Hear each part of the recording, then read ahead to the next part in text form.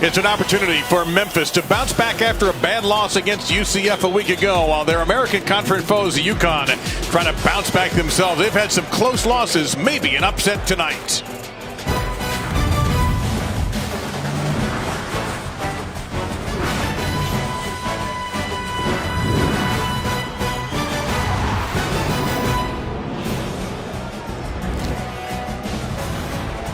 You're watching the American Conference on ESPN. Tonight from Pratt & Whitney Stadium, Rensselaer Field in downtown Hartford. Taking the field now, the Memphis Tigers, their opponent, the UConn Huskies, looking for their first conference win. So is Memphis after a tough loss in Orlando a week ago. Hello again, everyone, along with Jen Latta and Mac Brown. I'm Dave Lamont, and we thank you very much for joining us. UConn, they're having a tough time, but they're scoring, Mac, 110 points already through 4 games, and it starts with their quarterback. It's all about Bryant Sheriffs. He's a guy that was in the doghouse last year, Dave, at the end. And then even early this year, he had to come off the bench in the opener against Holy Cross to lead them back to a win. But he is a guy that's smart.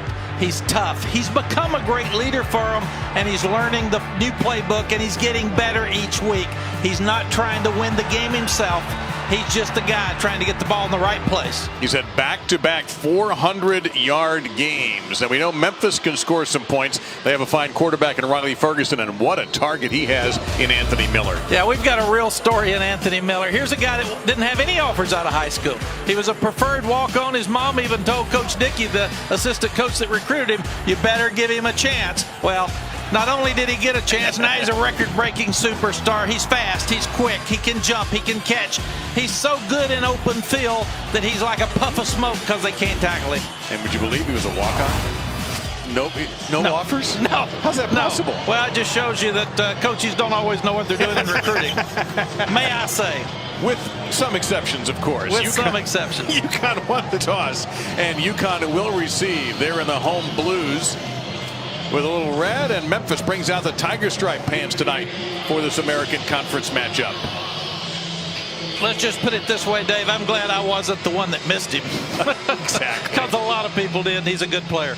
Kyle Buss stands back at the goal line awaiting the kick from a Memphis team that's trying to bounce back. That loss in Orlando to what looks like a very good UCF team shook them up a little bit.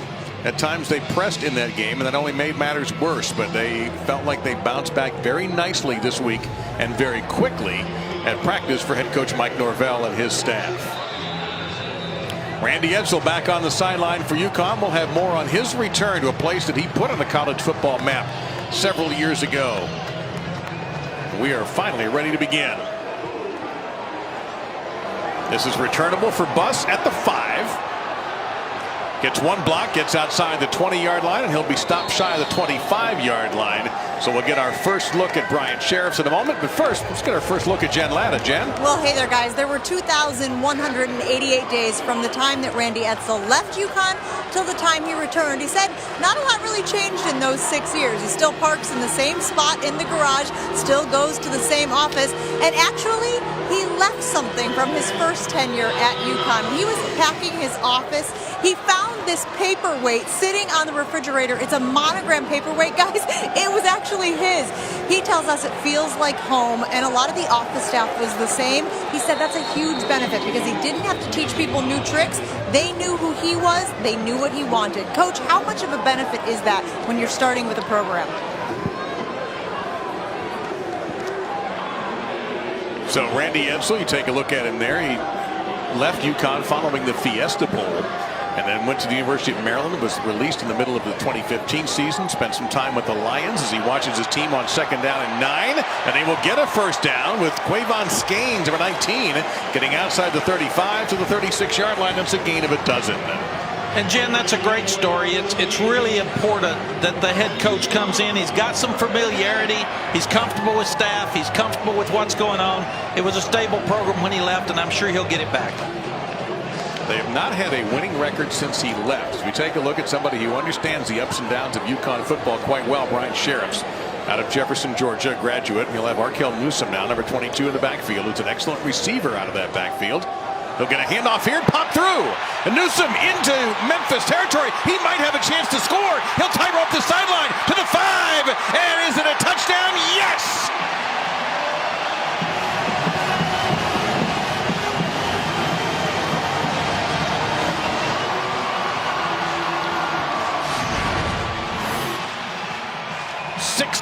yards for Newsome. This is the perfect drive for UConn to start this ball game. A couple of swing passes to get the quarterback comfortable, then a dive play up inside, and Newsome just outruns them to the boundary. Looks like he got in, even though the replay official will take a little extra time with this, but it appears that it is a touchdown. It's confirmed. And Mac, did we not hear, even from the Connecticut coaches, complaining about slow starts in games? So they've started slowly every week, and they've got to change it. Well, the way to change it is hit 3 quick passes and have a run scored up the middle for a touchdown. So this is a perfect start. 77-yard drive, 3 plays in 1 minute and 16 seconds. That's a Memphis kind of drive. Memphis is a big play offense, but this time it's the senior from Ansonia, Connecticut, Arkel Newsome. Beautiful block from the receiver, and he's gone.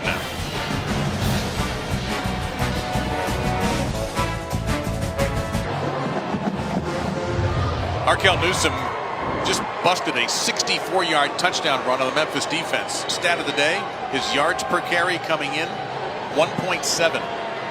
He had 39 yards rushing. And now he's added 64 to that, and that average will rise considerably. Watch for this guy, Tony Pollard. 2 touchdown returns already. Take a look at how long it was for Memphis. 7,200 plus days in between touchdown returns. And Mike Norvell and his staff arrive. Tony Pollard gets unleashed, and he has taken 4 back to this season. His average 39.9, but you have a kicker with 15 touchbacks in 22 attempts. This one will be his 16th touchback, and Memphis will take it at the 25-yard line. So here is Riley Ferguson, a senior out of Matthews, North Carolina, a genuine odyssey in his career to wind up in his 2nd year as starting quarterback for this Memphis team. Started at Tennessee. That didn't work out. Took a year off when he couldn't find a place to play. Went to community college for a year. Was a stud there, and has become a stud for Memphis, as the numbers show you, over 17 games. The hard part is imagining that he had a year away from football the way he plays. The handoff, this is Pollard, and he'll pick up 3. 2nd down and 7 coming up. Yeah, Ferguson was the #1 junior college player 2 years ago, coming out of Coffeyville Junior College after a year off, and he's very, very accurate. Empty backfield here for Ferguson. Now they'll motion Pollard in toward the slot and get it right to him. And Pollard has great speed, as you probably guessed, but he will run himself into a tackle. That is actually number 3, Anthony Miller, and Chris Britton, number 33, with a tackle. So that time they went with a wide receiver, Miller, a redshirt senior, and he will lose a yard. It'll be 3rd and long. Super job by Miller, staying where he's supposed to for the cutback. Really good defensive play by him. 3rd downs have been a problem on both sides of the field, Dave, for these 2 teams. Big 3rd down to start the ball game. Ferguson over there, Miller, and he makes the grab to the 45-yard line, and he'll land right on the nose of the Husky at midfield. 1st down, Memphis, a 23-yard gain. That's where Memphis can get you. They had good pressure on him. They had a little X stun up front. They were trying to get more pressure on 3rd down. Ferguson sits in the pocket tall. It's Miller, his best player for the square end. Huskies have 7 sacks from their defense so far.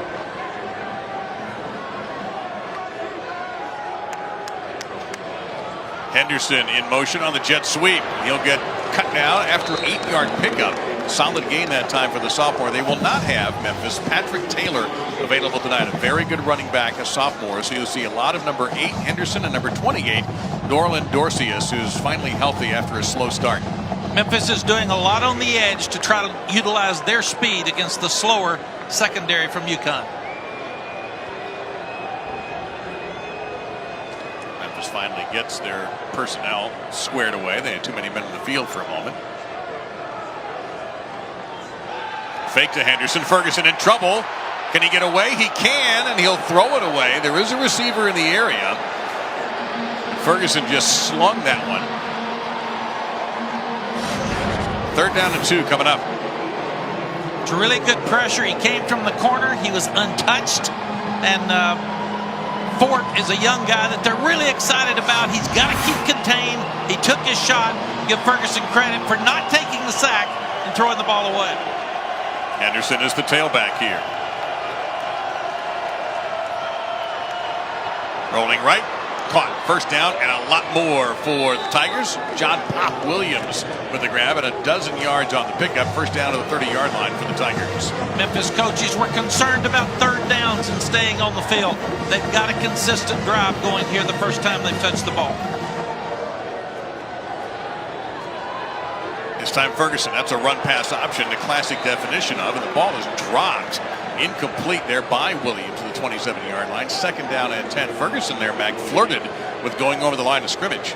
He really did it. He could have turned up and probably should have. That was a run pass drop, not option, and it's not part of it. So Ferguson should have turned up, stayed ahead of the chains, and made his 4 yards in that situation. This is the 8th play of the drive coming up.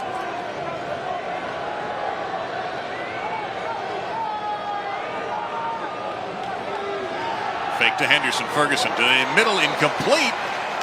Good coverage that time by Taj Herring-Wilson, who was all over Mayhew. There is a flag down, but it's at the 26-yard line.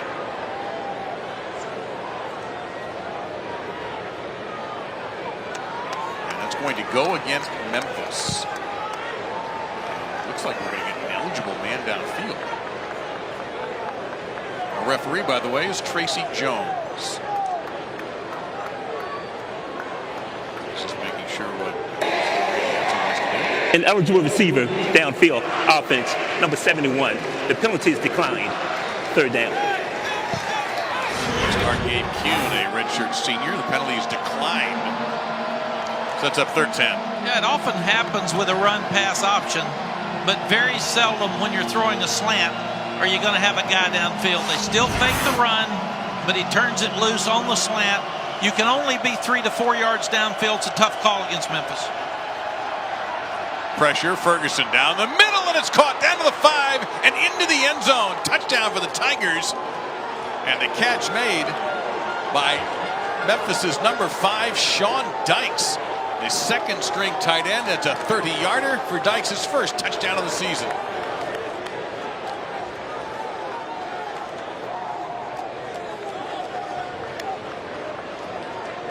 And a stadium that had been so noisy just about 60 seconds ago has gone quiet after a 9-play, 75-yard drive in 2 minutes and 42 seconds.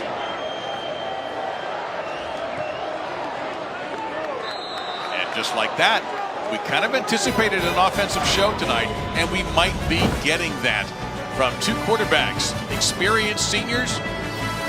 Sheriffs for UConn, and Ferguson finding Dykes, finds the end zone.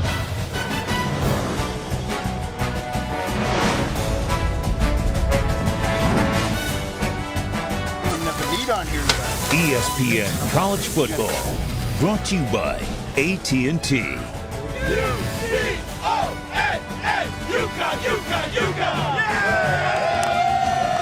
I don't know about you, Mac. I see the grilled onions. I need them a little more blackened for my flavor anyway. But that's a little tailgate from fans from both schools here, just outside downtown Hartford.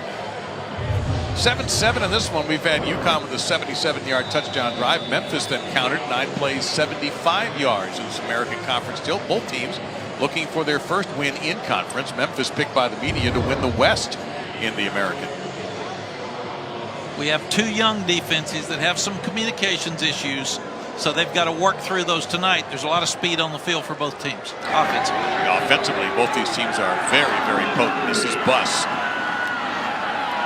He's a little bit of trouble as he tries to get outside. He'll be tossed out of bounds at the 27-yard line by Leandre Thomas.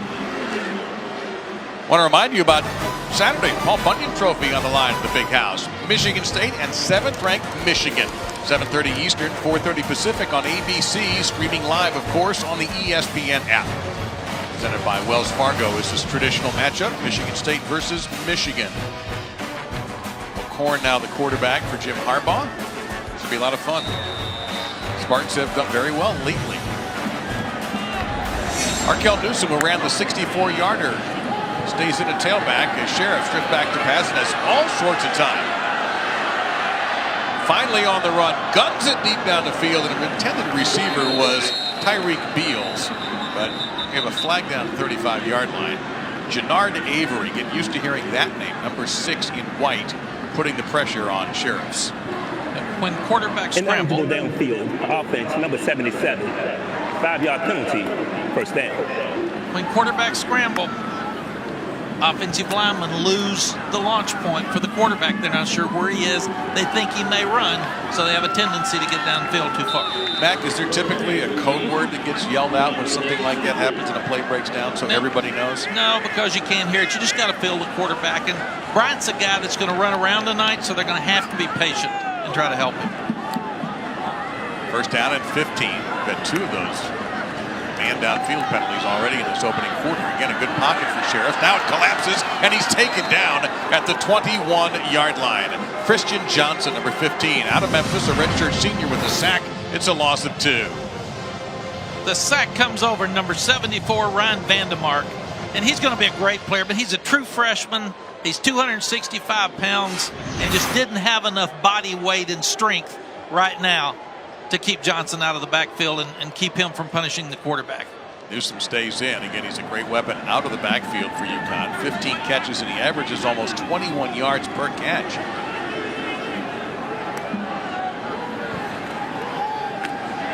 He blocks this time. Sheriff throws. Looked like there was some contact, and here comes the flag at the 36-yard line. The intended receiver was Mason Donaldson.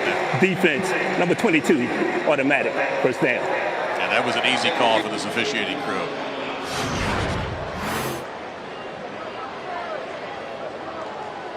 Lindsey's a redshirt freshman. He just gets there too soon. Play the ball, son. Ball's in the air. You can't hit the guy before the ball gets there. He could have tried to step in front of Donaldson and intercepted the ball. Poor play from the inexperienced secondary player. Memphis has just 1 returning starter from last year, and safety Jonathan Cook, number 14. They brought in a JC transfer, and Tito Wyndham, number 24. But then you've got freshman Carter and a redshirt freshman Lindley. High snap. Sheriffs manages, throws into a crowd of people. Incomplete. Sheriffs got dumped after the play, but no flag. Austin Hall brought the heat. It'll be 2nd down and 10. Yeah, probably a trick play. They huddled up quickly. They had 4 wide receivers to the left. It was a bad snap, so we'll never know whether it was a trick play or not. But they're going to have to do something abnormal, unconventional with this offense to score enough points to beat Memphis. This will be a give to Newsom. Picking his way through a crowd. He'll get a yard. It'll be 3rd down and 9 coming up. Gang tackling by that Memphis defense. Saw Ernest Suttles in there, 48 among many others. Offensive coordinator Rhett Lashley came from Auburn. He's put in the Gus Malzahn system. I think he's done a good job with play selection to start this ball game. Take a look at Lashley. Has to have different launch points with his quarterback because his inexperienced offensive line cannot protect well enough to take care of him. Sheriff throws and just missed the intended receiver, Keon Dixon, the redshirt freshman from Glastonbury, Connecticut. It'll be 4th down. First time UConn sees a 3rd down offensively. They cannot convert. Yeah, Dixon can fly. He had a long post route for a touchdown against SMU last week. One of the problems with Sheriffs is he just has not been as accurate on the deep ball as they want. It'll be John Williams awaiting the punt from Brett Graham out of State College, Pennsylvania. A redshirt freshman.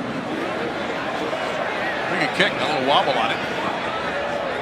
And we'll head out of bounds at around the 25-yard line where Memphis began their opening drive, and Riley Ferguson led them to a touchdown. He'll get another chance when we return.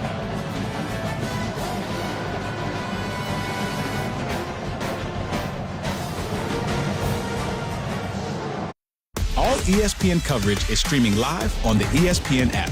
Download now and take ESPN everywhere. 7-7 opening quarter here, downtown Hartford, UConn and Memphis. We see FBF coaches under 40, and 3rd youngest right now is Mike Norvell from Memphis. Lincoln Riley vaulted at the top spot when he took over from Bob Stoops. Mike Sanford in his 1st year in Bowling Green, Kentucky. Some great young coaches in that group, and may I say, for the old guys, Bill Snyder will be 78 years old tomorrow in Austin, Texas. So give Coach Snyder credit too. Getting through the traffic is Henderson, and he'll get out a 6-yard pickup. Well, also on that list, one of your former players, Major Applewhite, who's half of Bill Snyder in age. Major's doing a great job at Houston. Proud of him.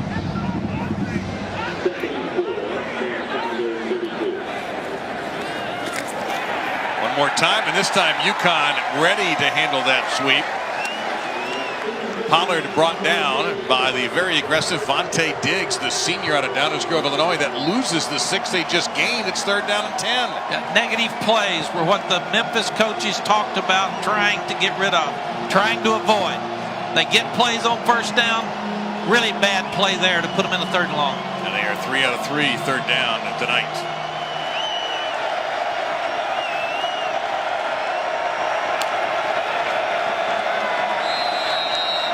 UConn threatening blitz. We have whistles. We're going to have a false start against Memphis.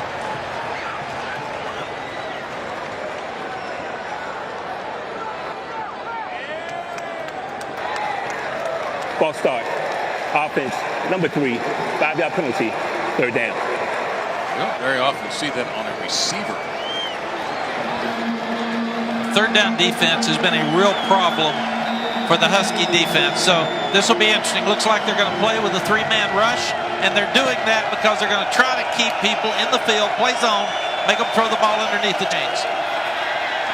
Ferguson stepping away. He will throw under the chains, but don't forget Memphis has some great talent, but Miller is brought down short of the 6 by a couple of yards. It'll be 4th down and 2.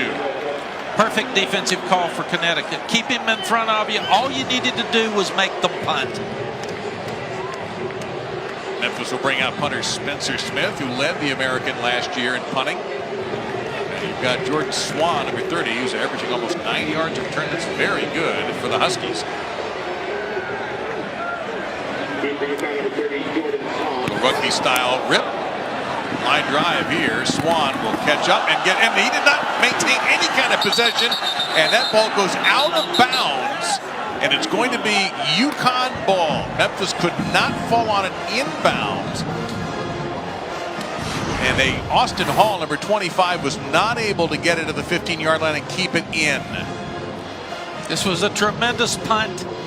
What coverage by Memphis. The ball is on the sideline. The most consistent player on the Memphis defense, Austin Hall, tries to get all over it. You've got to have possession before it goes out of bounds.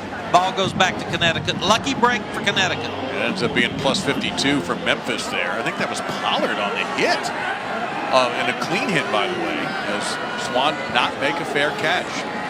So Brian Sheriff gets his roughest field position to start a drive tonight. Newsom stays in the tailback position. We haven't seen Kevin Mensah or Nate Hopkins yet. And they couldn't protect Sheriff's last time with a drop back pass. They're going to have to move the launch point of the quarterback or run the football some with him and with the backs to make this thing work. Short gain there. Sharif White, what they call a cat linebacker, after a 2-yard gain. 2nd down and 8 coming up.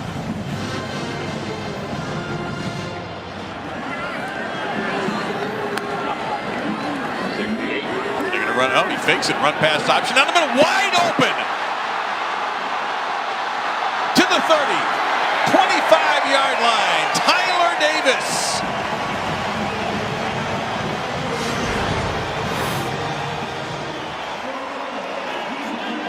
When you can't beat the guys deep because of their speed, you use play action. Sheriff's tried to look like he was running the same quarterback power, step back, hits his tight end down the middle of the field. Huge play for Davis. So very well-designed play. A 64-yard run. That was a 61-yard pass. This would be a very short gain for Newsom with a yard. Tito Wyndham in there, number 24 on the stop.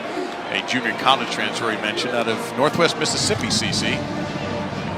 Yeah, we're not seeing Kevin Mensah much, and he's been a really good player for him in the running game. Newsom staying in there for running game. Looks like Mensah just came in the ball game. Very talented freshman, very explosive. And Sheriff goes under center, pitches it to Mensah. He is hit. Boy, that was a solid shot from Austin Hall, number 25. I think underneath also another hit, and we have a flag down.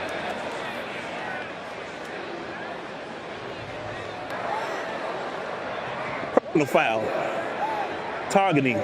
Number 25 defense. Contact with the crown of the helmet. That play is under review. At first blush, I did not catch that, I'll be honest. But we'll take some looks at it and see if this call is going to be upheld. And if so, that'll be all for Austin Hall for tonight. And Austin Hall is the best and most consistent defensive player on the Memphis Tiger defense. Remember, they've incorporated not just the head, but the neck area as well. And did he make contact with the helmet, or was that his shoulders? He's coming off of a block. It looks like to me he had more shoulder than he did neck. If it's me, we've got a 2nd down and 9. And you pick up the flag. Well, the replay official is Paul Zukas. I mean, this is why an official is, because that head pops back. That was a violent hit. Yeah, this guy is a guy who was a walk-on as well. He started all last year. The coaches said they couldn't give him a scholarship until August. The ruling on the field of targeting is confirmed. The penalty is half the distance from the goal line. Number 25 of Memphis is disqualified. Well, that's a tough one. I know we're trying to take care of kids, but it looked to me that if it is in a gray area, the officials are more likely to lean toward it being a targeting foul than not. And then the other part of this I don't like, Dave, they make the young man leave the field. They send him inside. He can't even be on the sideline with his teammates, and he should be out there helping coach the other guy. So I really hope that's a rule that the NCAA changes. I've got a rule that I would, and I don't think it'll ever happen, is trying to do it like basketball, flagrant 1, flagrant 2, but that I don't think there's much emotion for that among the powers that be in college football. So a big blow from Memphis defensively. Sheriff's on the scramble, will keep it, and he'll get down to the 6-yard line and pick up 6 there. 2nd down and 4 before the freshman TJ Carter, number 2, in there on the stop. So now you don't have Curtis Akins available tonight, an experienced linebacker from Memphis. Now you've lost your leading tackler in Austin Hall. So some challenging depth issues for defensive coordinator Chris Ball from Memphis. And therefore communication issues because there's a lot of youth. They'll simplify their defense. They'll just throw a lot of things out that maybe this young linebacker hasn't done. You got Newsome in the slot. Now he goes in motion. Sheriff fakes to him. He'll try to get the 1st down. Not going to be able to get the 1st down. Jonathan Cook led the parade, and they almost tried to make him into a human wishbone that time. So 3rd down and a yard to go. Connecticut's had real problems in the red zone because they're athletic up front, but they're not very strong and powerful. They still have to spread you out. They've got to do some unconventional things to score. They do have their conventional short yardage back, number 11, Nate Hopkins, in the game. Sheriff's fakes to him, and Memphis was not fooled. Great reaction by 55 Bryce Huff. They're going to lose a couple of yards, and it's going to be 4th down and 3. Great patience by Huff. He comes down, he sits, he moves his feet. Instead of taking the dive, he looks at the dive but stays on the quarterback. What a play. I do not see a kicker yet here, Mac. No, I think we're going for it. This team has not played well enough on defense not to go for it. They need to score touchdowns. I think we'll see something up to the right.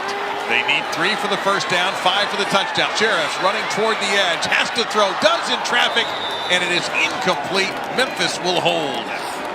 Wyndham breaks it up, trying to get it to the tight end, Alec Bloom. I totally agree with the call. I think if you're Connecticut, you got to be aggressive. You got to send the message to your team that you're going to score. So they had a little misdirection sprint right. They tried to move the quarterback's launch point again, get him outside. If I'm Sheriff's here, I press the pocket a little bit more and sprint toward the line of scrimmage because he really didn't have anything, but he could have run for that 1st down because he didn't have to get to the goal line for the touchdown. 8 plays, 80 yards, but it ends up being just a flip of field position if you're looking for one positive for UConn here. The ball is at the 5-yard line.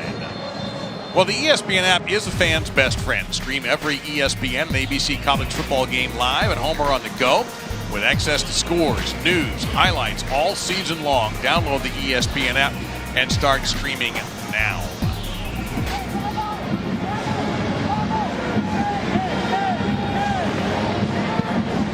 So Ronnie Ferguson will have his worst field position. of the night for this Memphis Tiger attack.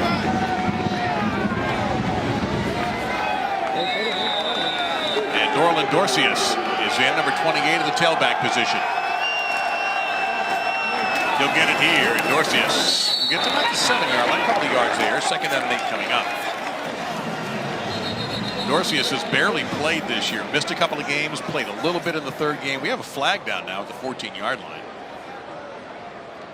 He's only carried the ball 4 times coming into tonight. He was an important player for the Tigers last season. After the play, personal foul, late hit, offense, number 50. After distance to the goal, 2nd down. That's Leo Lafaele, or Ailey, and a late hit by an offensive lineman after a play. Bit surprising. Didn't see it, but the officials did. And if Connecticut's going to win this game, they're going to have to get a stop down here because they've got tremendous field position. Dorcius will check out. Pollard comes into the slot to the left of the quarterback, Ferguson, who has an empty backfield. He'll fire it too high, incomplete. 2nd and long coming up. He overthrew Anthony Miller that time.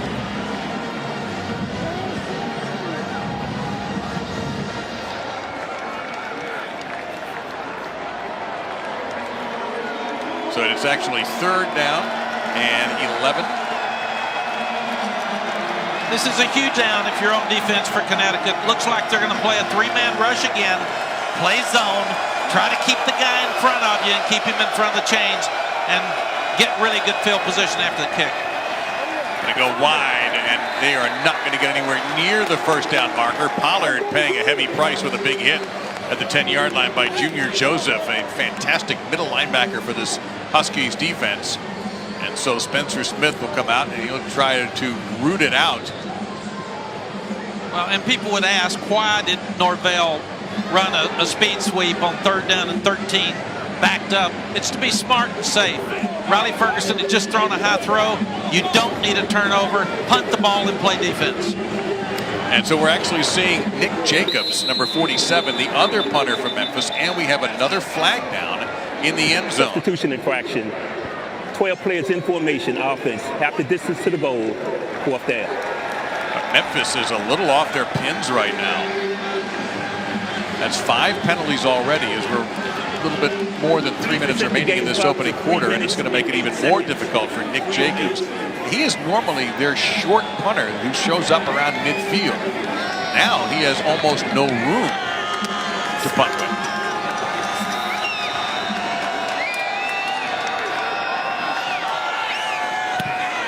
Gets rid of it pretty quickly. Swan telling all his teammates to get out of the way as the punt checks up and actually backs up. And UConn is going to have outstanding field position at the Memphis 41-yard line as we check in with Jen Latta.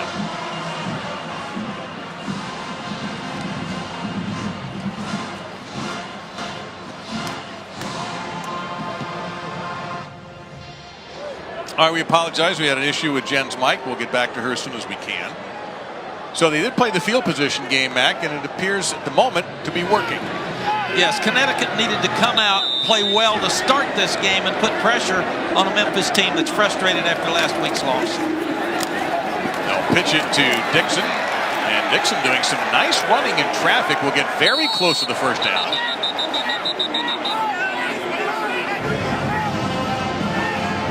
And did the ball come out is the issue. Memphis says it did. Wyndham looked like he tried to rip the ball away from the runner. Waiting for the guys in the black and white to confirm that it is a fumble, and Memphis has it.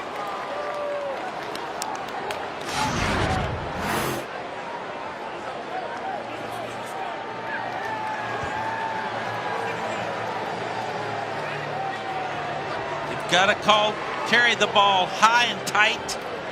They're just ripping it out of his arms there, and it looks like it is a fumble. Young red-shirted freshman Dixon had the ball loose in his left arm. You have to carry it high and tight. Put 2 arms on it if you need to when you get in traffic. Great play by Memphis defensively, stripping that ball loose. And now the ruling on the field is that it belongs to UConn. All of a sudden, they have reversed the initial call because the Connecticut offense is still on the field. And now it looks like Vandemark, number 74, is the one who fell on the football. The initial call had Memphis jumping up and down for joy, but all of a sudden it's 1st and 10, UConn. As Sheriffs scrambles, throws, hits. This is going to be a first down and more inside the 15. Tommy Myers, the redshirt senior tight end, a 17-yard pickup, a guy who has seen every coach this program has ever had as the head coach. Now that Randy Edsall is back. Playing quickly, they'll hand to Hopkins. Hopkins up the gut, and he'll get a solid 5. It'll be 2nd down and 5. I like the game plan of Rhett Lashley, the offensive coordinator at UConn. A lot of misdirection, a lot of movement of the quarterback, and then he pounds the big back up inside.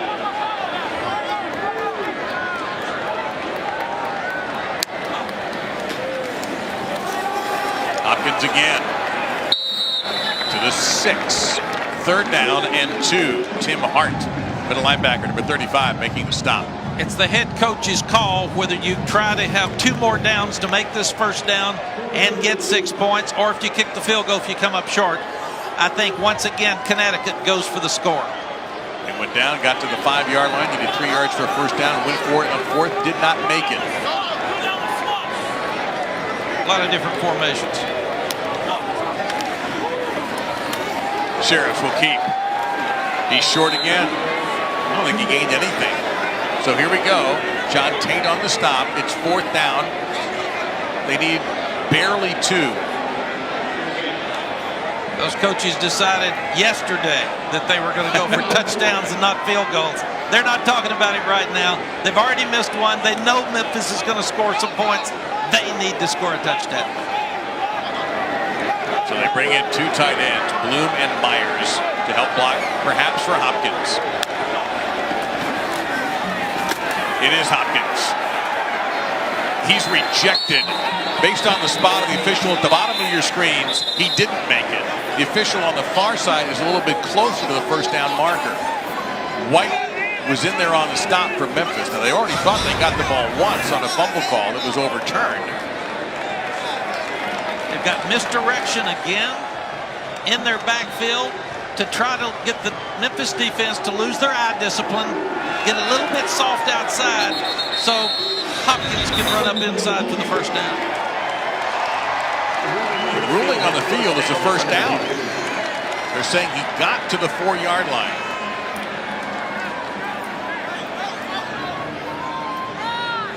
And we're going to the headset for this one. I'm not surprised to see that. Replay buzzing down to referee Tracy Jones. They want to take a closer look at this spot. You had 2 differing opinions, Mac. I watched 2 officials, one come in from the short side, one from the far side, and they did not agree. It really depends on which one fights enough to say it's his spot.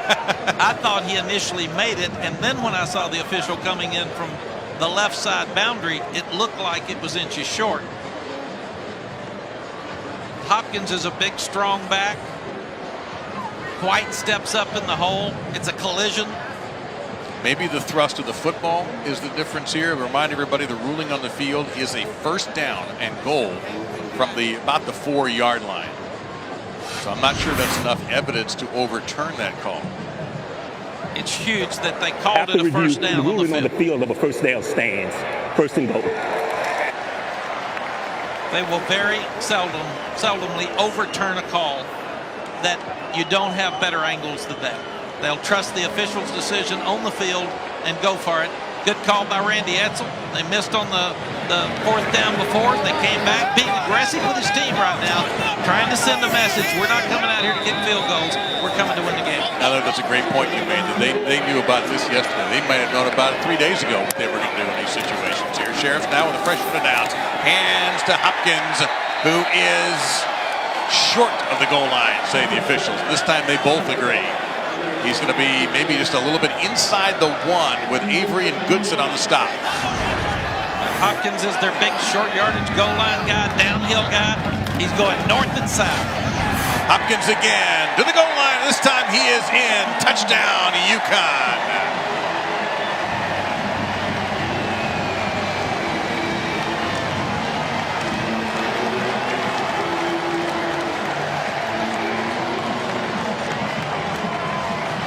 The Huskies playing boldly tonight.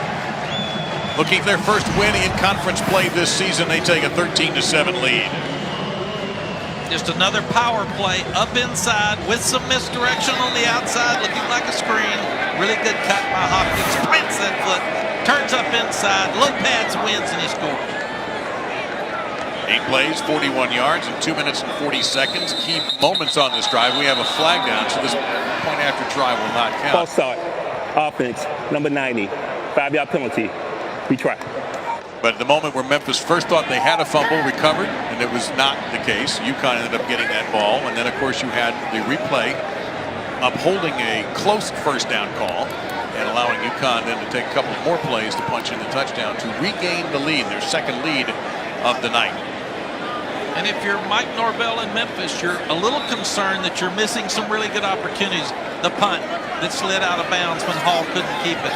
The fumble on the ground that they thought they had and did the fourth down in inches and then giving up the touchdown. They've let Connecticut start with a very positive attitude and get some confidence in this game. And the funny thing is that has been a problem for UConn. First halves, they have been outscored by a lot, first and second quarters combined. But at the moment, with 19 seconds remaining in this quarter, they have their second 7-point lead of the night.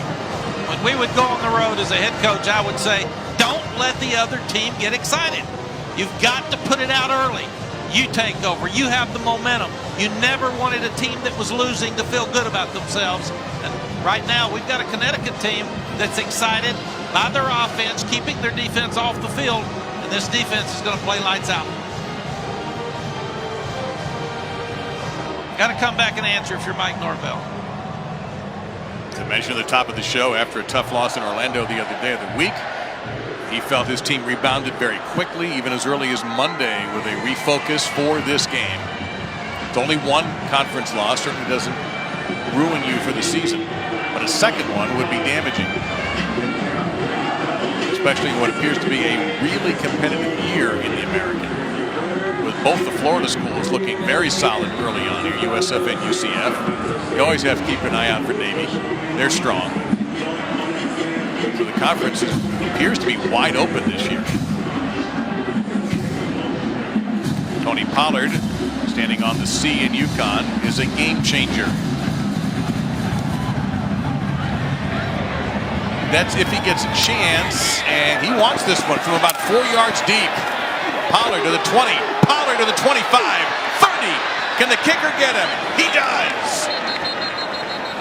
Michael Tarbert, the kicker, stops Pollard from breaking what would have been a 100-yard kick return, but it's still a 51-yarder.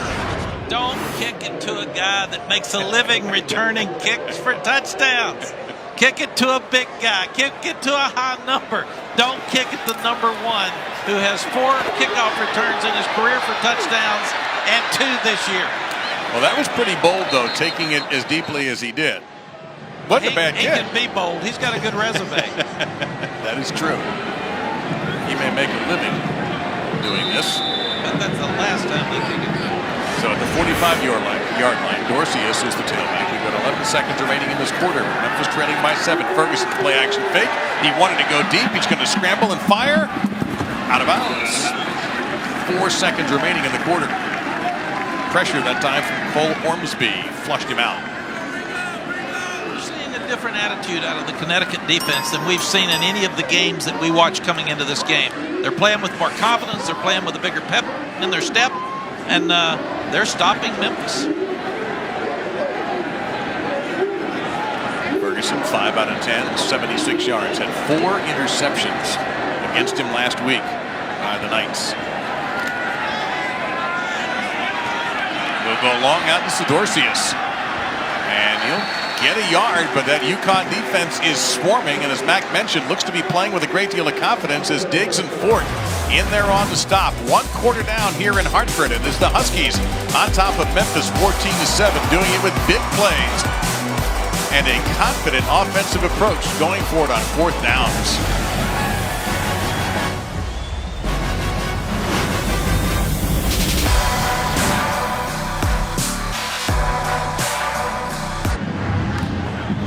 A spirited start, second quarter coming up here for the UConn Huskies, who dropped their first 2 games in American play.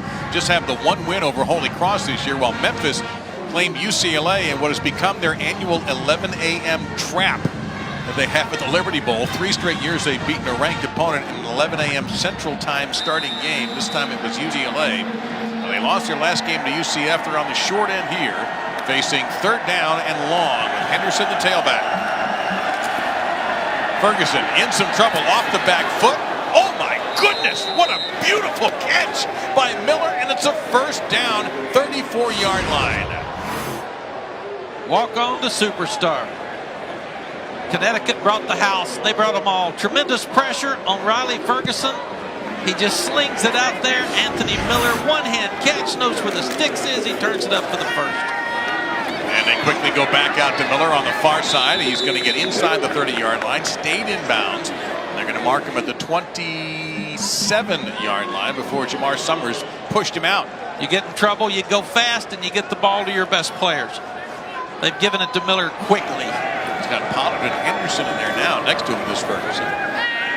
And he'll run pass option out of the flat. And that's going to be Phil Mayhew. And Mayhew will get inside the 15 to the 13. So he has a catch in 33 straight. Miller has now caught passes in 30 straight as Mayhew picks up 15. Good job by Mike Norvell calling plays very quickly. And we have whistles and a timeout called by Connecticut. UConn, their first charge timeout. Much like in basketball, when a coach wants to stop a run, sometimes you'll see this in football. Randy Edsall wants to stop the run by Memphis with 14:04 to go in this half.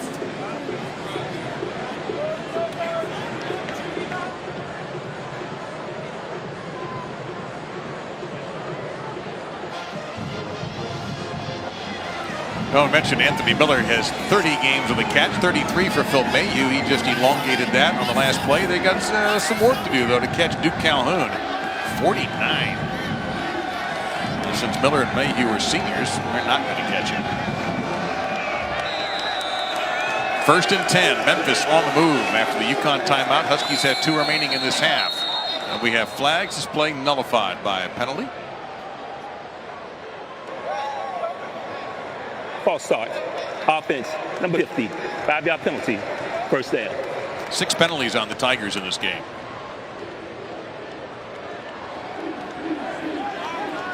It'll be 1st down and 15. Coaches were concerned about inconsistent drives, stopping themselves. Had 4 great plays, now they're 1st and 15. Fake to Henderson, going for the end zone. Catch made. And it's a touchdown. Anthony Miller, the officials making sure he completed the catch. Looked like good coverage by Summers, but Miller just might be too good. Miller is a superstar. And Riley Ferguson started 5 for 10, and now he's 5 for 5 since that time. He sticks the inside move. He's got the fade to the outside. He keeps room toward the boundary, turns all the way around for the back shoulder throw for an easy score. He's got 6 catches now, 68 yards, and that touchdown. And the replay official has confirmed that as a touchdown, so the PAT is forthcoming. Those 2 guys are best friends. If I was a wide receiver, I'd have the quarterback as my best friend. And again, if you missed it at the top of the show, Anthony Miller did not have. In fact, let's put our fists together and count the number of offers Anthony Miller got before he got to Memphis. 0. 0. Unbelievable. But Mommy is getting a chance.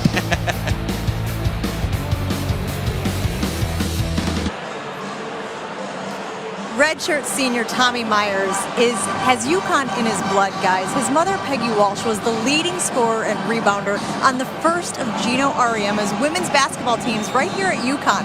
Tommy told us that Gino made her a much better player. He was young and ambitious, ready to take a team to the next level. In fact, Tommy tells us the story of his dad, Norm, who was also a football player here at UConn, sitting in the gym with Gino, staring out at the empty stadium, saying, "One day, I'm going to fill this stadium." I guess you could say Gino made good on that promise, huh, guys? Jen, I just want to know if Gino still has that tie. It's a nice tie. He is unrecognizable in that photograph. You see, that's how long ago that was. It's unbelievable. You can hardly recognize as big a celebrity in this area as you'll find. He's been as good a coach in any sport as there's been in the United States. I mean, he's done things no one else has done in his sport, which is phenomenal. He has so many trophies now. We ate at his restaurant yesterday. He's got a women's basketball championship trophy in the lobby of his restaurant because I don't think he has room in his office anymore. I wouldn't think so. Just get a bigger office, which he can do. Oh, can't kick it out of bounds. Come on now. You got momentum. That's a killer. You cannot kick the ball out of bounds.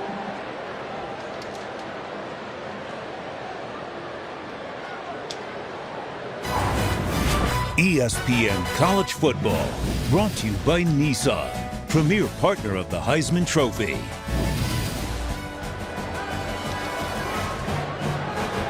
They are the most successful women's basketball program in the nation. 11 national titles. We couldn't even fit them all in the picture.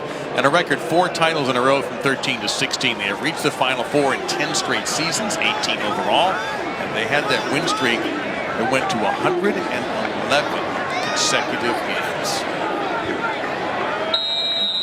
UConn football hoping for some of that mojo as Nate Hopkins joins Sheriffs in the backfield. Sheriffs fakes to him, steps in trouble. He's got some room to run though. And Sheriffs will head to the marker. He'll get out of bounds safely with the first down at the 48-yard line. We're going to see if Connecticut has got enough confidence to respond after Memphis had such an easy drive down for a touchdown. They kind of took all the momentum away. Now, can Connecticut respond and go score? They got a break with a bad kickoff, and now the quarterback found a hole in the defense. He'll dump it off here to Tyler Davis, who had a big catch earlier. This time he'll pick the yard. And let's get back to the field and talk with Jen. Okay there, guys. I'm here with Kia Nurse, senior guard for that famed women's basketball program. What is it like to be a part of such a legacy? I mean, UConn itself and the legacy that Coach Ariema and the coaching staff has built, it's so much fun to be a part of and play for people who just genuinely care about you as a person and want you to be a better basketball player. You told me that your boyfriend is on the team. It's almost mandatory that you come, but you obviously have bragging rights in this relationship. Sometimes I'd like to say that basketball has its own little side, but UConn is a great family. The student-athlete family, the coaches, the alumni that we have.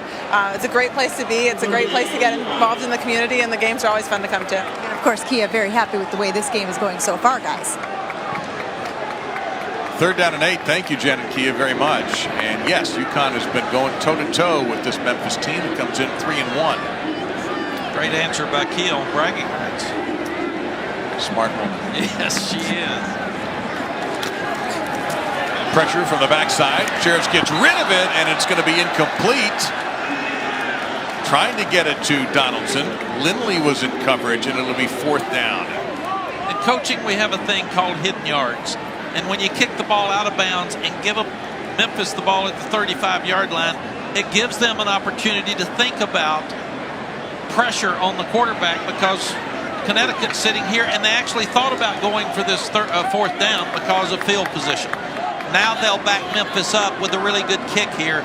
So the kickoff out of bounds really hurts hidden yards in this football game for Memphis. You might have been able to see on your screens that Rhett Lashley, the offensive coordinator, is still having a rather one-sided conversation with Sheriff. So there might have been a miscommunication there. Meantime, the punt is hooked out of bounds, and instead of getting inside the 20, it's inside the 25 at the 24-yard line by Brett Graham. So Memphis dodged one there after a bad kickoff and maybe a miscommunication among the Huskies offensive players.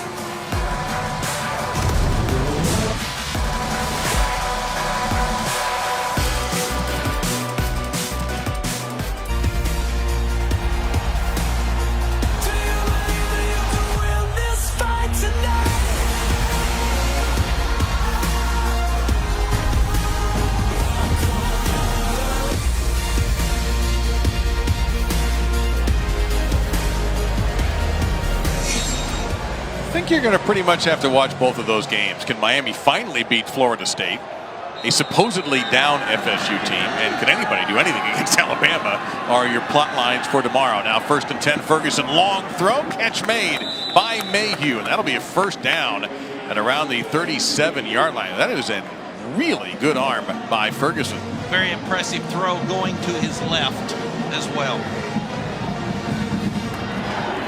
Now he'll go to his right. And this is Miller. And Miller has it pop loose. And Memphis recovers along the sideline right in front of UConn. Kadarian Jones saving it. Randy Edsall just a few yards away. I half expected him to fall on the football to try to save it as Summers knocked it loose. Yeah, you've got to keep the ball high and tight. You cannot allow people to strip the ball. Both these teams are carrying the ball loosely tonight at times. Fake to Dorsey. Now Miller to the left of Ferguson. Miller will play off the block beautifully. Get to the middle of the field. He made about 4 UConn defenders miss before Herring Wilson brought him down. And Kadarian Jones with a great block downfield. I said in the open, he's quick as a puff of smoke, and they can't tackle him in space. Great play by Miller. Couple of fakes. And they left Miller alone. And he'll step out of bounds at the 26-yard line.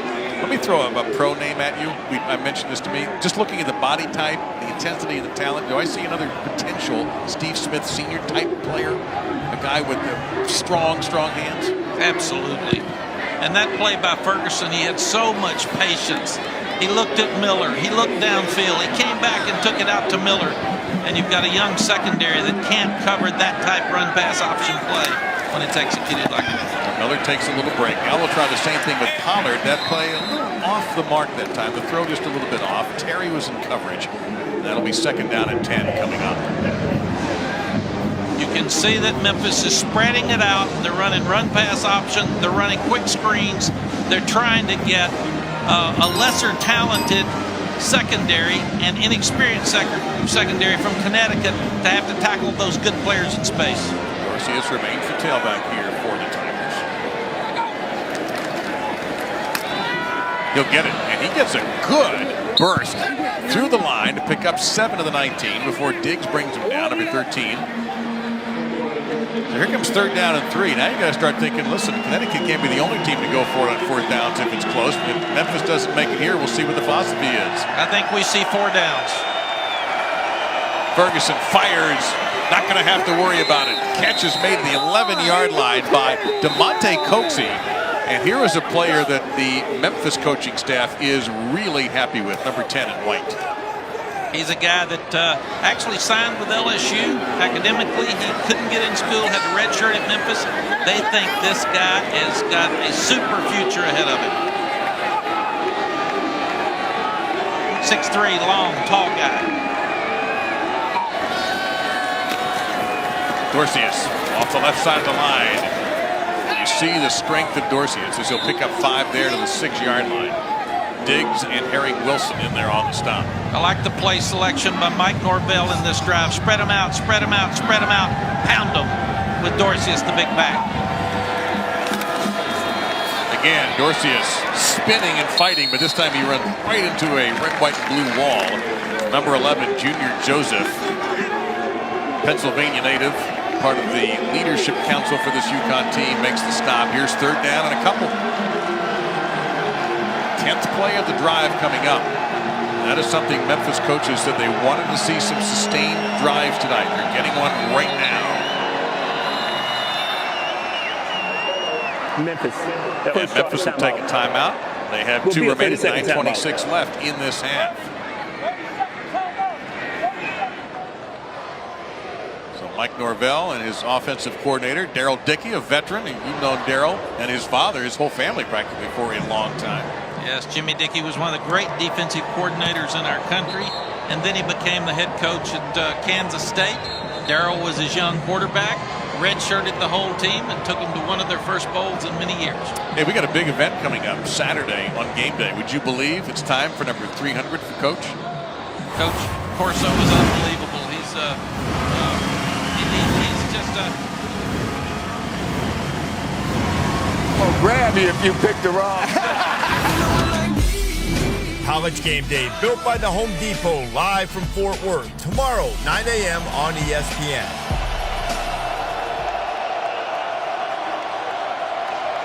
Ferguson on 3rd down. Looking end zone, throwing in the other way. Across his body, it's caught. It will be short of the goal line, but Joey Magnifico gets a 1st down at the 1.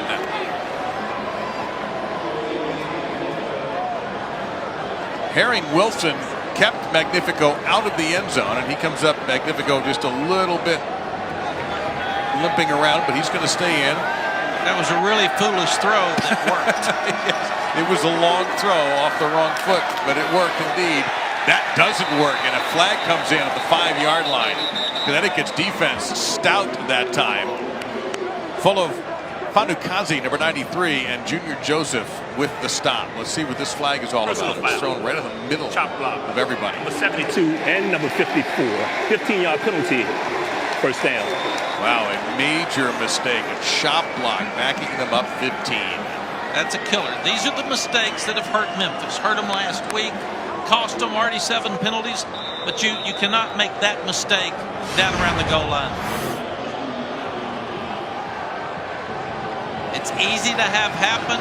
You've got one guy coming high, one guy coming low between the left tackle and the center, and it becomes a chop block when one thinks he's reaching and one feels like he's just blocking down. Henderson is the new tailback now, number 8, back into the game for Memphis, replacing Dorsey. This is Ferguson all the way back to his own 30, hits Henderson to the 15-10, and he is dumped there at around the 8-yard line by Vontae Diggs. He and Junior Joseph, number 13 and number 11, respectively, all over the field for the Huskies. It is a gain of 8, though. 2nd and goal. Riley Ferguson's one of those guys like on the sprint right throwback. No, no, no. Great play. He does that a lot, doesn't he? He does, but he had 3 interceptions last week. Don't do too much in this ball game. Be smart. The fake. That's the same play with Miller. Did he make the catch again? Yes! That looks almost like the exact same catch that Miller made for the touchdown earlier. He picks up his 2nd touchdown tonight. You've got the fake up inside. They're running the ball. It's the perfect throw on the back shoulder to the outside, away from the boundary. And Miller kept space with grass, got his knee down. If he kept control of the ball, it's a touchdown. That's what the official who's on top of the plate hesitates. You see the field judge there. He wants to make absolutely sure the catch is complete. It is ruled a touchdown. We're lining up for the PAT. Randy Edsall is on the field, and he's not trying to call for a timeout. He's just unhappy with the official. And Memphis makes it 12 plays, 76 yards, and 4:15 for the go-ahead score. 21-14 with 8 minutes to go. Anthony Miller, 10 catches. 114 yards, and his 2nd touchdown of the night.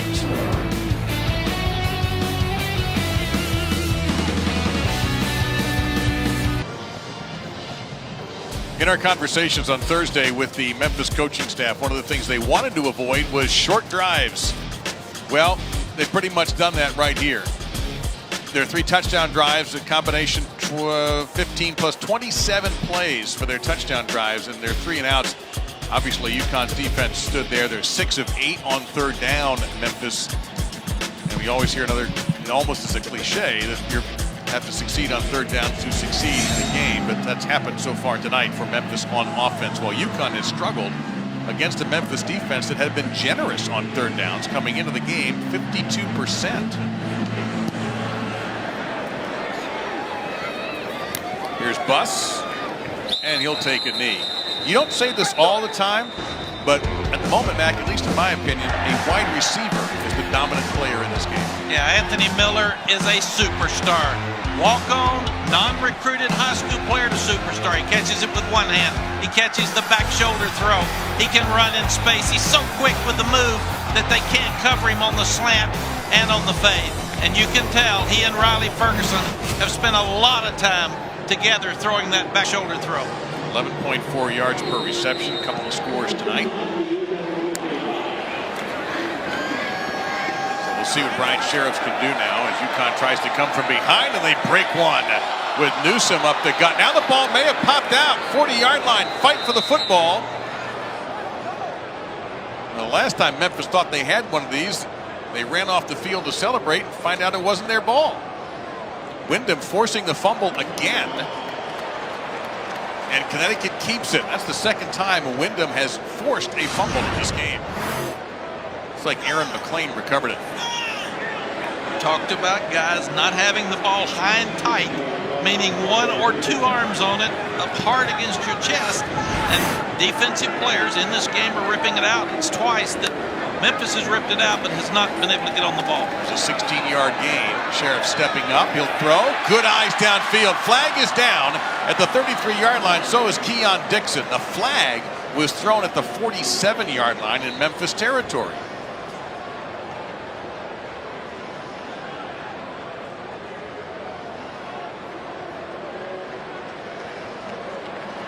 Referee Tracy Jones. Holding. Defense. Number 24. Penalties decline. Result of the play, first down. And it's a 29-yard pickup. Great communication at that time between Sheriffs and the redshirt freshman Dixon. Kevin Mensah in the game now, number 34 for the Huskies, the tailback spot.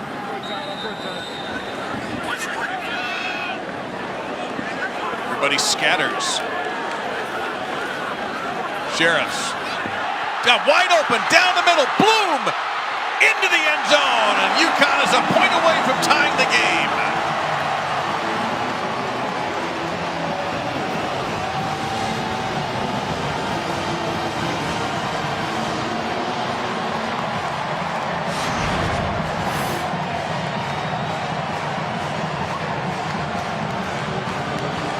Great play call by Rhett Lashley.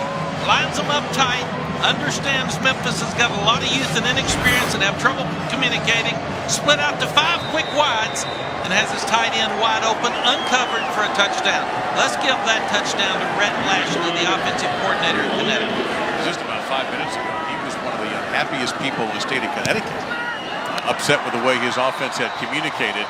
He's going to be a little bit happier this time as Alec Bloom's first touchdown catch of the season, the senior from Ligonier, Pennsylvania. And the PAT by Tarbert. We are knotted up at 21. An offensive showdown in the first half in the American Conference on ESPN.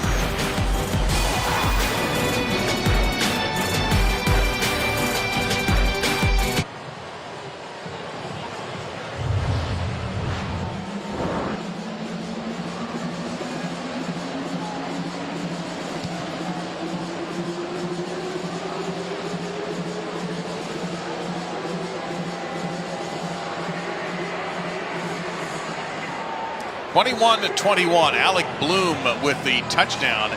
And Mac, I think it's worth pointing out that Memphis is a little bit shorthanded. Losing Austin Hall to an ejection for targeting in the first quarter. That might cause some confusion for the Tigers on defense. They are thin now. That's 2 linebackers that they usually have who are not available, with Aikens out injured. And they will kick to Pollard. They'll kick it so deep that even he won't consider running it out. And they were shorthanded coming into the game, and then they lose Hall. So they were in a position where they were worried about communications issues long before Hall came out of the game. The ball at the 25-yard line. Riley Ferguson will bring him out. We thought this would be a high-scoring game with UConn's vastly improved offense. And Memphis, we already knew they had a great offense.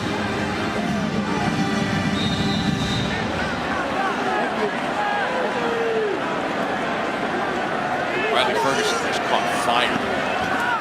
Pick up another completion here. That is Williams. Connecticut was waiting for him that time. It's a 2-yard gain, second down and 8. Junior Joseph on the stop.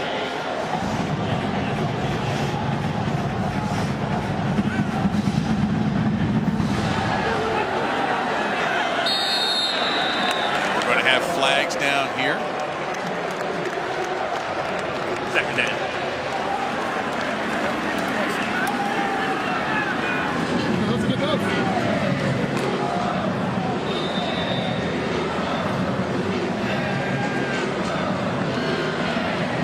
So 8 penalties, 66 yards against the Tigers.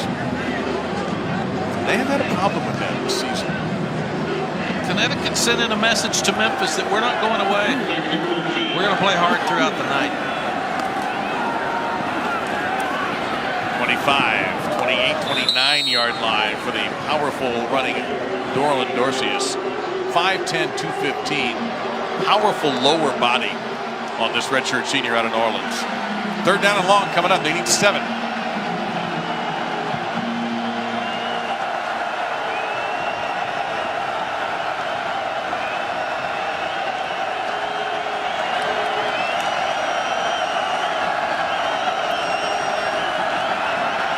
Ferguson in some trouble, flushed. Now he's got some room, and a wide open receiver to 35-yard line is Dorcius. He'll have a first down and so much more into Connecticut territory at around the 45-yard line. And that spin move away by Ferguson to his left gave him all the room he needed to see Dorcius. That's a mistake on defense. You've got to keep him in the pocket. Great play by Ferguson. Miller with a catch, and he'll get a short gain there of 3, second down and 7 coming up. So Miller now with 11 catches for Memphis. Ferguson has, Mac, that playground-esque quality about him that he can make something happen out of virtually nothing. He's 15 for his last 16. It's hard to compare him to a Hall of Famer at this point in his career, but he looks somewhat like Brett Favre, so I'm running around there slinging the ball all over the place, but he gets it to the right people for first downs. Play action fake to Henderson on the run. This throw coming back to receiver, and it's incomplete. Oh, it was a little bit underthrown. That would have been very, very difficult catch for Mayhew. So sets up third down and 7 again. Third and long. UConn's defense did not hold the last time. Yeah, Riley Ferguson's a guy that's very accurate. You could see he was mad at himself for not putting that ball on the money. Sprinting to his right. Should have been an easy throw for him. 7 of 9, third down conversion. Both teams talk so much to us about third downs and their problems. Both sides of the football.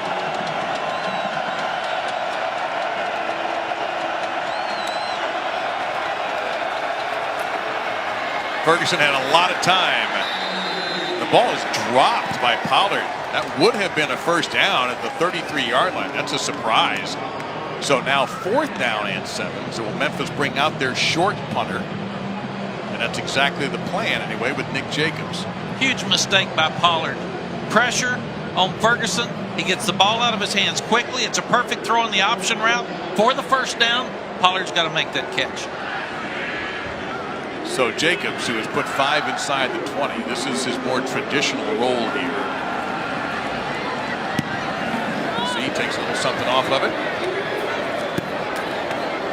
That worked out really well for Memphis. Great job there by Jacobs and by the coverage team. And UConn will start at the 3-yard line. Mayhew in there to down it for Memphis. Let's take a moment and give you our college football look ahead, brought to you by Xfinity X1. And Boise State, BYU following us.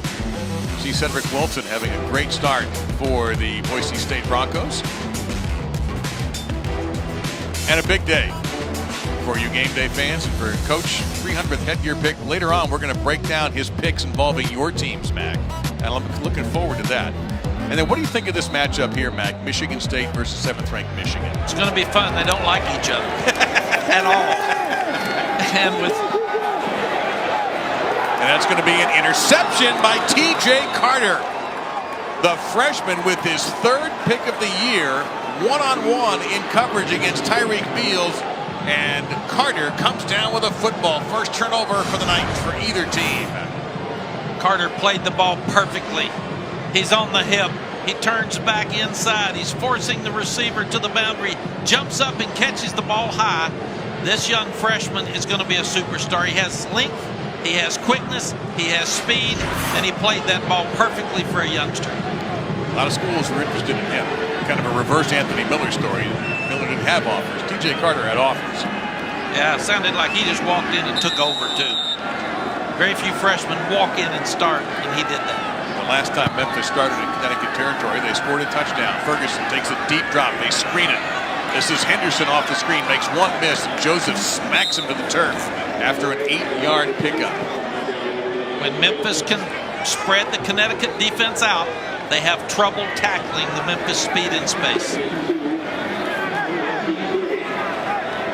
Under 4.5 minutes remaining in this half. Ferguson has just got a deal in a hot hand, and it's dropped again. That's the second drop in the last 3 passes. Mayhew missing on that one. That would have been an easy first down. Now it's 3rd down and 2. Yeah, come on, senior. Catch that football. Perfect throw on the outside. Turn up, make some yards. Would have gotten the first down.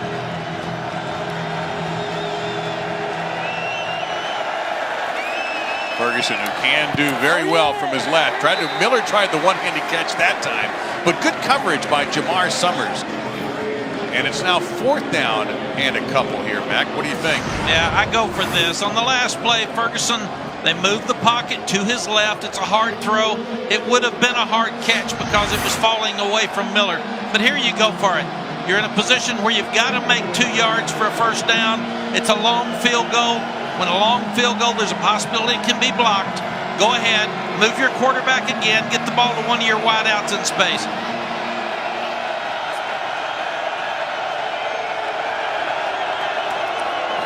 Get it off with 3 seconds to go, and UConn will hold. Henderson was stuffed. No chance. Bryce McAllister up from his defensive back position to make a big hit. And we have a UConn player still unable to get up at the 35-yard line. This is a huge play by the UConn defense. McAllister steps up, makes the play in the hole along with Joseph, and when you have a 4th down stop, it's like a turnover. So that really takes away the turnover and the interception by Carter in the Memphis defense. That is Luke Carazola, a senior from Langhorne, Pennsylvania, being looked over by the training staff at the 35-yard line. 4:13 to go. Carazola, a starter at the defensive tackle position, and happy to see he's able to get off under his own power, and hopefully he will be able to return to the game. As coaches, we always talk about being aggressive and going for that 4th down.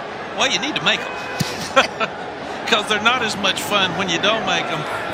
That's a message again from Connecticut's defense. We're not what you've seen on video. We're here to play tonight. So we're not who you thought we were, to twist around the Dennis Green line. Absolutely. Memphis's defense stout on that play. No gain for Mensa. It'll be 2nd down and 10. Yeah, 4 minutes left to go in the half. You either need to get points or punt Memphis down so far that you need to go in 21-21 for your confidence if you're UConn. Mensa will stay in.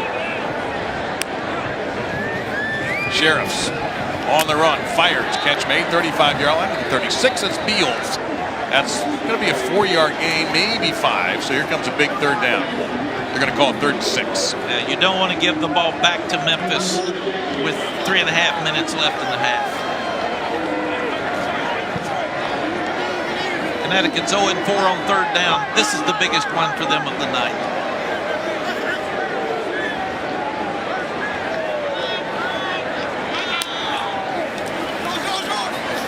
Quick throw, and it's low and away from the receiver. It'll be 4th down. McLean, that would have been a very difficult catch for him to make. He was well covered that time, too, by Christian Slaughter. So UConn goes out quickly. Yeah, it's a bad throw by the quarterback. Well, you could see Red Lashley say, you can read his lips, got to make the throw. Got to make the throw. He had it open. He had inside position. McLean's a big body type. That would have been for the 1st down.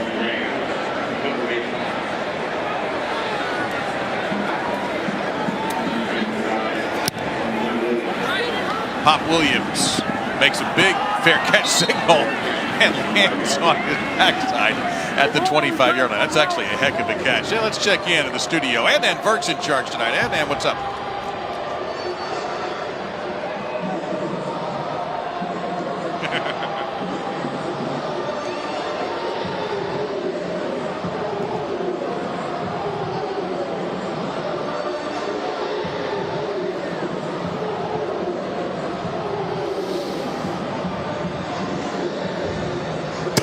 Oh no!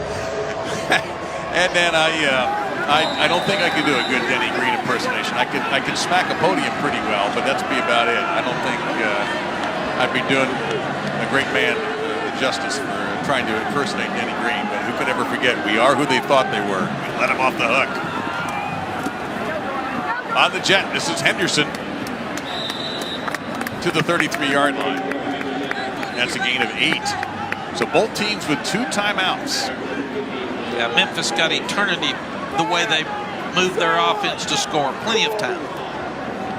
Don't even have to hurry.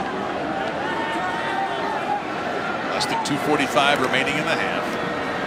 Memphis stays on the ground. Henderson, he'll get a 1st down to the 38-yard line. That'll briefly stop the clock. Gain of 5 there for the sophomore from Batesville, Mississippi. Would be huge going into halftime, getting any points here, even if you kick a field goal. This is an important drive just for momentum and sending the message to Connecticut. Billy Crocker is the defensive coordinator for UConn. He is in the press box.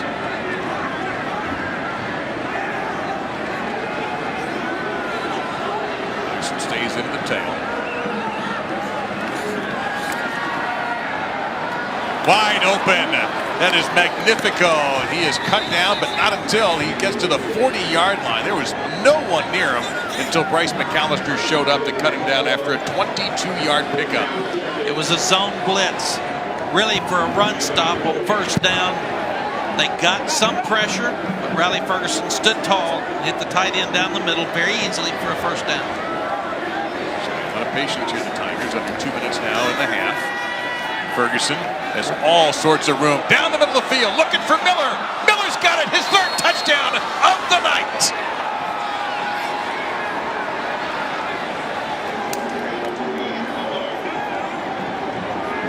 This one from 40 yards out. They've been running on first down the last few times. Fakes the power off tackle. Sprints right. Got a post route by his #1 player, Anthony Miller. He beats a corner who has struggled. Big play for a touchdown, beating Harry Wilson. He's a redshirt freshman. Ferguson. That's his 4th touchdown pass of the night. And that's the matchup you want. Put your best one against a young one that's struggling for Connecticut. He's already thrown it 34 times, Mac. Completed 24 of those for 305 yards. 12 of those 24 to Miller, who has 12 for 157 and 3 touchdowns. They can score so easily with their speed. Brian Sheriff has not had an awful night by any means. He did have the 1 interception, but he has run this Connecticut offense pretty well, except for the last 3 and out they had. But right now, Ferguson has dialed in with Miller. And I think you brought up a great point. They found something they like, and they're not going to change. Football is a game about matchups. If I can get my fast one on your slower one in one-on-one situations, whether it's a running back in space or a receiver, that gives me a chance to win. That's the huge advantage that Memphis has tonight over UConn. Riley Ferguson's just a story that is remarkable. At Tennessee, didn't work out there.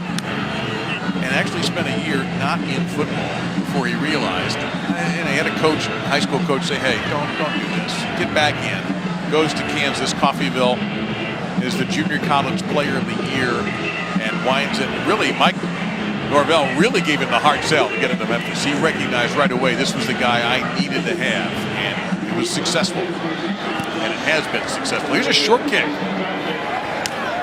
Taken to the 21-yard line. And fair caught. Jay Rose making the grab there for UConn. Week 5 NFL Sunday with ESPN, 10 a.m. Eastern Time. The Sunday NFL Countdown crew of Rex Ryan, Charles Woodson, Matt Hasselbeck, Randy Moss, Morton Shefty, and of course Samantha Ponder. We'll have all the early breaking stories, injury updates, and preview each game right up to kickoff. Streaming live also, of course, on the ESPN app if you're out for a little Sunday brunch. So now UConn has 2 timeouts and $1:47 to go. We'll see how aggressive they are. They go to Mensah on the ground. And the ball comes squirting out about 10 yards at the 34-yard line. It's recovered by Memphis. Fumble forced by Jannard Avery, and Memphis comes away with it. Recovered by number 24, Tito Wyndham. Last 3 drives, 5 plays, very few yards, interception, punt, and fumble. Looks like they've got a crease. They've got to get down to try to throw the ball in the end zone. Once again, not carrying the ball well. Got in his left hand. You've got to tuck the ball away, guys. That Memphis defense has knocked 3 balls away from the Connecticut ball carriers. First one they've gotten. Memphis is a little light in takeaway. Well, they had only 9 turnovers. I say only 9, but they were even in turnovers after the UCF game. Last year they were very good at forcing turnovers. They forced a couple here tonight. And Dorcius comes into the tailback. Now it's Memphis' turn with 1:41 left and 2 timeouts. They run jet sweep. 25 inside there. Pollard all the way down to the 20-yard line before he is brought down. 14-yard gain.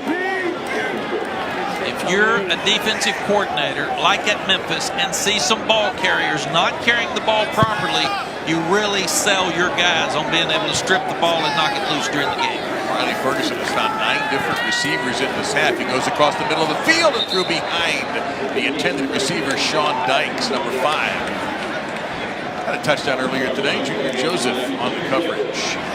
Dykes is a mismatch inside, 6'2", 210. He's like a wide receiver, but you work him against safeties and linebackers, and he's really athletic and hard for them to cover. Connecticut's got to get a stop here, Dave. They can't afford to give another 7 points in. They've got to make them at least kick at a field goal. They got to cover number 3. They got a slot in the top of the screen there. Miller. They go the other way to Mayhew. He gets to the 14. 4 yards to go coming up here. 3rd down. And you don't want to go too quickly here if you're Memphis, because you'd like to kill the clock and score. And you still have 2 timeouts. So don't leave time on the board for UConn to get it back. Short drop for Ferguson. Steps, guns, end zone, caught, touchdown. That's Tony Pollard with his 2nd touchdown catch of the season. And Memphis has opened up their largest lead of the night.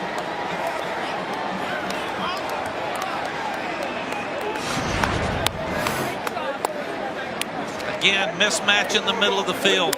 Riley Ferguson is so impressive. He looks to his left. He comes back right. You've got Pollard on a linebacker. He's on Diggs. That's a mismatch. Unfair. Really good job of the Memphis coaches getting those mismatches in the secondary. 4 plays, 34 yards, 44 seconds. The fumble recovery by Tito Wyndham, the key play there, allowing Memphis to reset field position and open up a 14-point lead with 57 seconds remaining. Ferguson, 5 touchdown passes in this half, 325 yards. And looks like he could do it for 10 touchdown passes if he had the opportunity.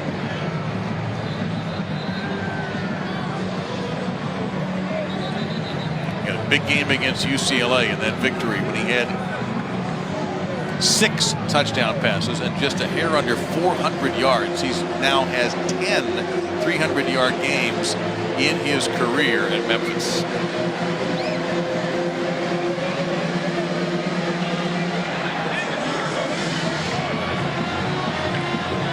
We'll see a sky kick here, a short kick. You're not going to kick it to a deep guy, a fast guy. Give him a chance to return it for a touchdown when you only have 57 seconds left in the half. Punter Spencer Smith handling the kickoff duties here. Might squib it, might sky kick it. Well, they sky kicked it last time and held him at the 21-yard line. This is a very short kick, though. And UConn having a hard time hanging on to it. Rose had it for a moment. Number 91, who had the sky kick before. And UConn will get the football at the 40-yard line. Eddie Hahn, looks like number 5, is guy number 6, ends up on the ball. And we're seeing the problem that the UConn coaches have with this inexperienced team. They have no confidence. So when things start going badly, it just seems to snowball. They fumbled 2 interceptions, a fumble and interception, and now a drop kickoff return. The last 4 times they've touched the ball, so they've lost their confidence completely.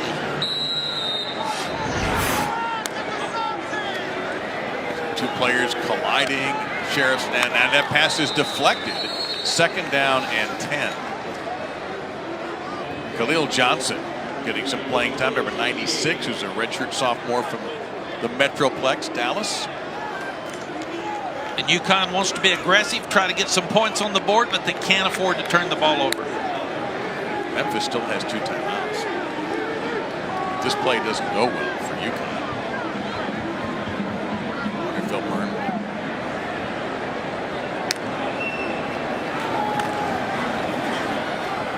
Underneath, it's going to go well for UConn. It's going to be 1st down. Mason Donaldson catches a good pass from Brian Sheriffs to move the chains. Avery on the stop. And that answered the timeout question. Now you're not going to use it for sure. Nope, but UConn might. They've got 2 also.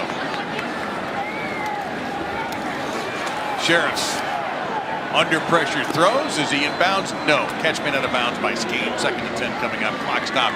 35 seconds to go. Yeah, that's on Skanes. He's got to know where his feet are. Keep the feet in bounds. Do not step out of bounds with the quarterback coming towards you.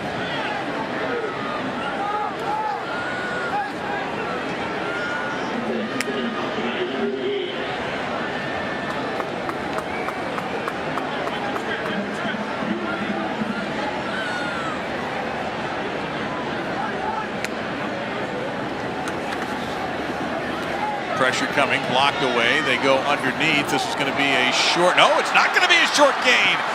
Newsome looked like he was only going to be 4 yards. The tackle was missed by Avery. That doesn't happen often. And Newsome will get the football to the 34-yard line for a 14-yard pickup and a first down. And stop the clock so you still have your 2 timeouts in your pocket.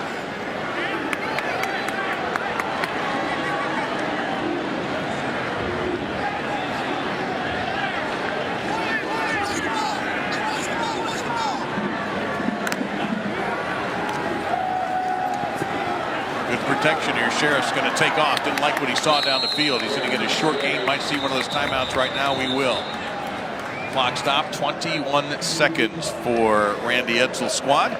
Want to remind you about tomorrow. A couple of big games for you on ESPN. At 3:30 Eastern, number 13 Miami takes on the rival Florida State Seminoles in Tallahassee. Then over at College Station for number 1 Alabama, squaring off against 4-1 Texas A&M. And as always, you can take those games anywhere you are, streaming live on the ESPN app. And we saw Mark Walton back a week ago, dealing with a little bit of a bum ankle, but man, that guy is a player and a future NFL prospect, or current NFL prospect. Yeah, he's fast. He can catch the ball out of the backfield. They have 2 backs that are really good players. But this guy is one that, for Miami to win tomorrow, in my estimation, he has to have a big day. There was some concern about Hurricane Nate getting in the way of that game, but it's going to be a 3:30 start Saturday, 3:30 Eastern. And to all those in the path of Hurricane Nate, we wish you nothing but the safest. It's going to be difficult. It always is during a hurricane. But the Florida State-Miami game was an Irma postponement from September. So many great games to watch again tomorrow.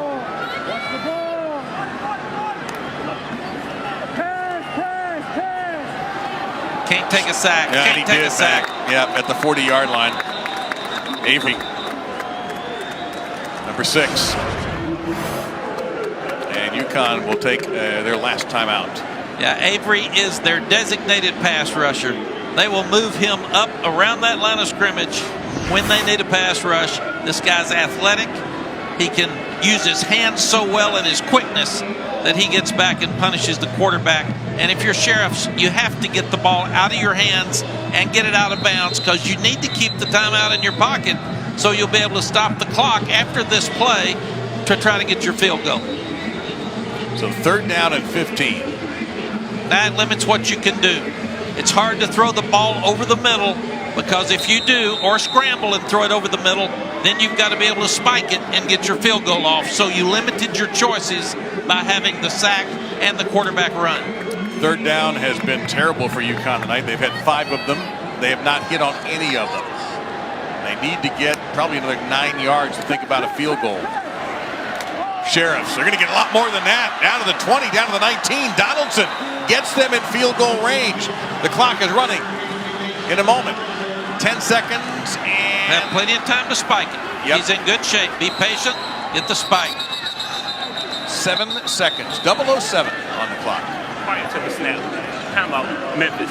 Yeah, second charge timeout.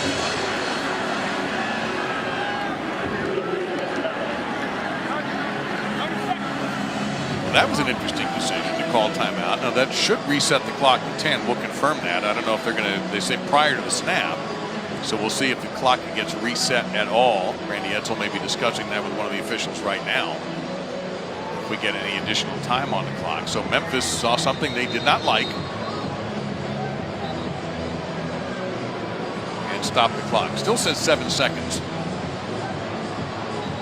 The only reason you call your timeout there, if you feel like one of your guys is winded, they might take a fake the spike and throw a fade in the end zone with 7 seconds left and still have enough time for the field goal.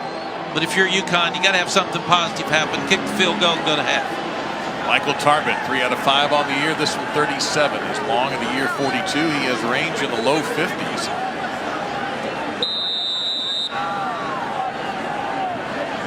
True sophomore from Ontario.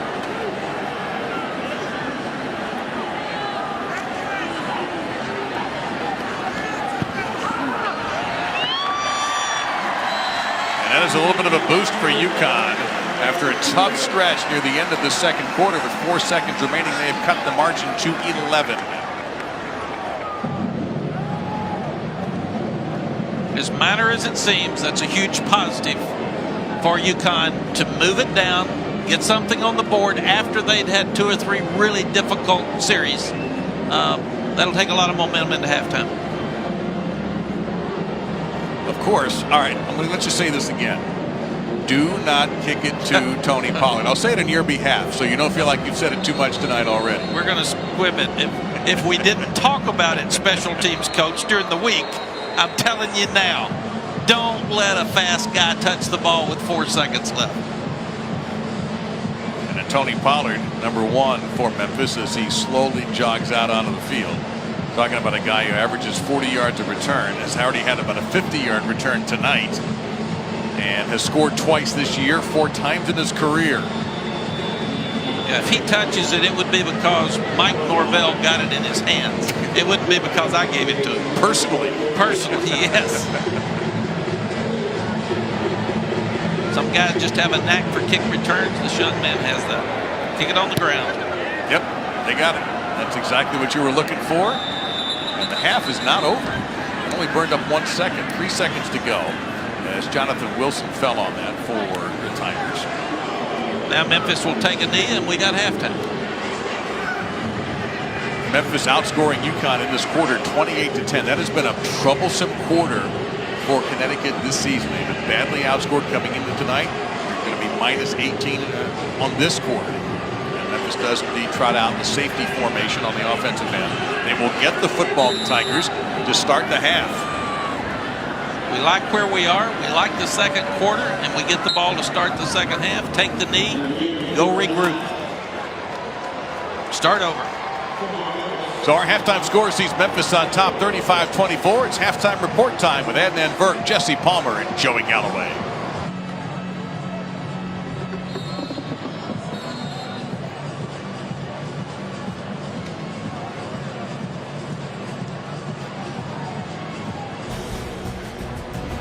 Third quarter about to begin here at Pratt & Whitney Stadium in Hartford, Rensselaer Field. You're watching the American Conference on ESPN with Memphis looking for their first win in conference, leading Connecticut 35-24. The Huskies coming back to the field.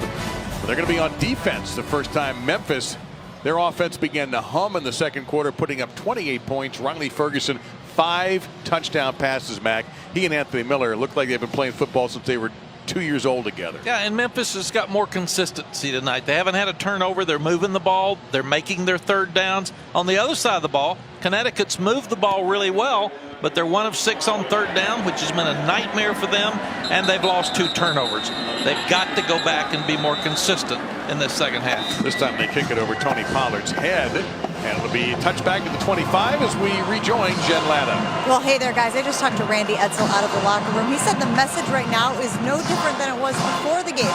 We've got to take care of the football. He said they have to stop shooting themselves in the foot, but he likes what's up on the scoreboard, says we are still in this one. Well, they can get a stop here, Jen. You're absolutely right. And that field goal at the end gave them a little break. They were down 14, and a late field goal made it 35-24. Take a look at a red-hot quarterback. We'll see how Riley Ferguson comes out for this third quarter. He'll come out and pitch it. And a spectacular catch by Mayhew at the 33-yard line, going in another direction to come up with an 8-yard gain. Memphis playing at pace. Henderson, the tailback. Patrick Taylor not available tonight for the Tigers due to injury. And that'll be a first down for Henderson to the 37-yard line. Brought down there by number 29, Anthony Watkins. And we have a Connecticut player down in front of the Memphis bench at the 45-yard line. Memphis trainers very quickly out to help. And now here come from the far side the Husky training staff. And that is Jamar Summers, the senior out of East Orange, New Jersey, number 21 for Randy Edsall's side, who's shaken up.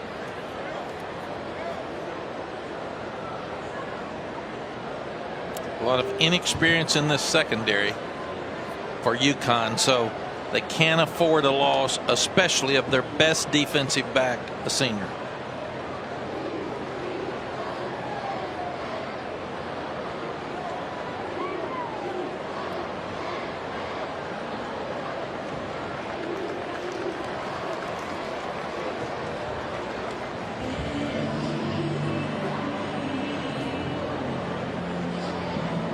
And as Summers limps off, we see below us Darrell Henderson is getting a quick tape job, sitting on a bench on the Memphis sideline. So don't know if that's just kind of like making a quick pit stop in racing, or if they're trying to protect a little something with Henderson. So Dorland Dorcius will come in. Both these teams have had significant injury problems, Memphis particularly on the defensive side of the ball, but they are missing a very fine back in Patrick Taylor tonight. And defensively, they're missing Curtis Akins, and they've had a player ejected for targeting. And we'll talk more about that when Memphis goes out defensively. Ferguson, play action fake, wanted the deep shot. It was covered. Ferguson now ad-libbing. And sort of flung that at the last second to draw the incompletion. Chris Britton, 33, was chasing him, and the line judge is calling it an incomplete pass. Yeah, this was great coverage by UConn, and there was some pressure, but they still lost contained. But the coverage, this is really a coverage sack. They're all over the place. He had no place to throw. Good job by Riley Ferguson flipping the ball out of bounds just so it goes back to the line of scrimmage. Dorcius stays into the tailback position. He'll get the carry now. Dorcius popping through and carrying a tackler into Huskies territory. He's going to be down at the 46-yard line. A 16-yard pickup. Diggs cut him down. And 29, Watkins landed on top of him. Dorcius is healthy. He got hurt early in the year. He's rested. And he's a strong runner. You get a good look there as he goes one-on-one with Herring Wilson and is taken down at the 43-yard line. That'll be a 5-yard pickup. Second down and 5. And our fans are missing Patrick Taylor, who's 6'3", 223, who's not playing tonight, who's probably their best back. Dorcius is pecking his way through traffic. He'll get to the 39. Joseph with another stop for the Huskies. So that'll be 2 yards to go here on third down. Could very well be 2 plays ready here. Dorcius now a little bit slow getting up, grabbing his stomach. Tony Pollard takes over the tailback position. When the offense substitutes, they allow the defense to substitute. The official stands over the ball.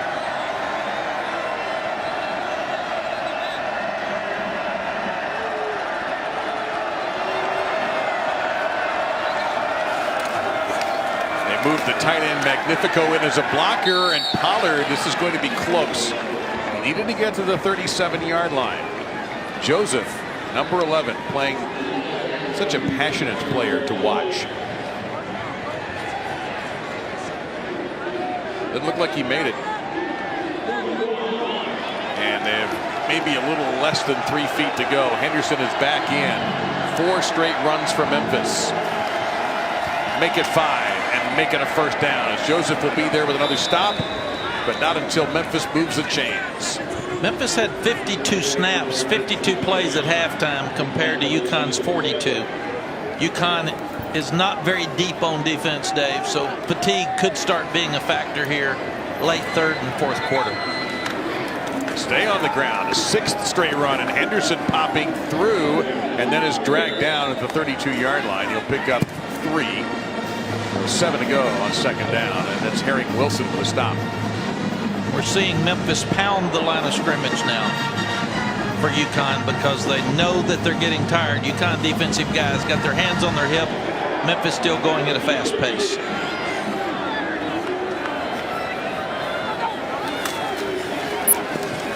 Ferguson out in space to Miller. Miller will have a first down. And getting through, and if he had been able to keep his balance, that would have been a remarkable touchdown. Miller down at around, they're going to say exactly the 10-yard line. First down for the Tigers. Very good block by number 13, Kadarian Jones. Memphis is doing a good job blocking on the perimeter. And we're going to have flags. Offense, number 86, 5-yard penalty, first down. So back to the 15. Yeah, that's a couple times now that we've seen Jones block downfield, Mac, where he has really been a key in helping the play. Yes, he does the dirty work for him. He's the tough guy. Run pass option. He brings it out. He can hand it off. He can run it himself, or he can throw it. And actually, Miller's like his pitch guy on the option. Fakes one way, comes back the other. Screen set up. This is Henderson. Henderson breaks one tackle, trying to get to that end zone. He's going to be stopped 8 yards short, as 29 Watkins was one of the tacklers there, along with Santana Sterling, number 47. So the 8, 2nd down and goal. Memphis is either running power or trying to get a fast guy in space on a slower defender for UConn. 12th play of this drive. They're going to run again. To the 5 goes Henderson. 3rd down and goal. Once again, you're not kicking field goals. You'd like to have 7. You also are wearing down that Connecticut defense and keeping their offense off the field. And Connecticut made a couple of changes, taking out some second stringers, bringing back the first stringers who were taking a little bit of a rest. 13th play of the drive. Ferguson, middle of the end zone, caught. Magnifico, touchdown, Memphis.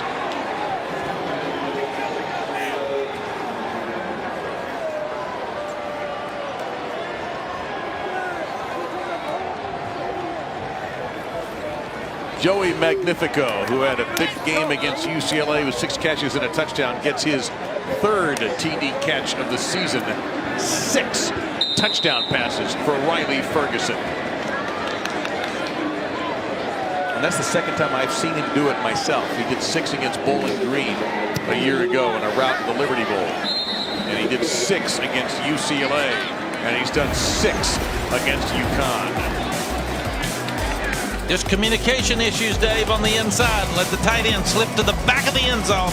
Ferguson looks left, turns back right, sets his feet, throws it in for the touchdown.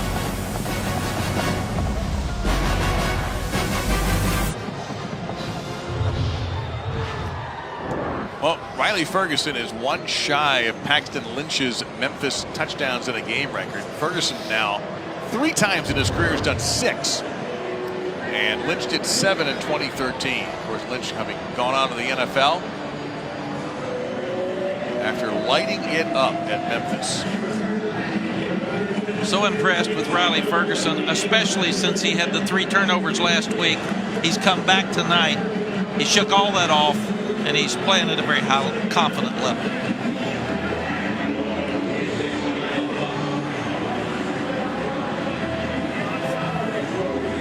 Biggest number in that is no interceptions.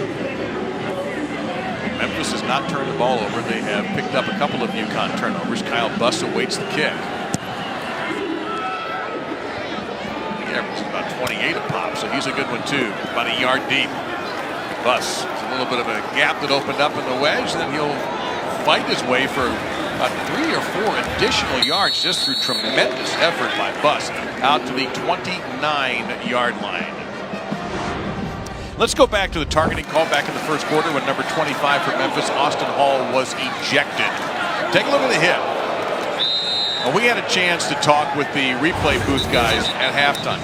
And Mac, you and I both were not 100% sold on the call, but in speaking with the replay officials, they told us they saw contact to the chin strap, and that would make it targeting, and the ejection, which was upheld, would be the correct call. So Austin Hall is out for the remainder of this game. He is eligible to return when Memphis plays Navy next week in the Liberty Bowl. That's going to be tough. Meantime, UConn trying to fight their way back in this game. Arkel Newsom, who busted a 64-yard touchdown run in the first half, is stopped at the 34-yard line. 2nd and 5 coming up. I still don't like the fact that they're on the road and Hall's sitting in the dressing room by himself. Let the young man come back out on the field, let him be around his coaches, let him coach the younger linebackers, and let him help lead his team. Just take him out of uniform. That's it. Take him out of uniform so he can't play. That's a nice run there for Nate Hopkins. He's punished enough because he can't remain on the field as a player. Let him come back out and join his team. And Hopkins a little struggling to get up. Now he can take himself out of the game. That'll bring number 22, Arkel Newsom, back in.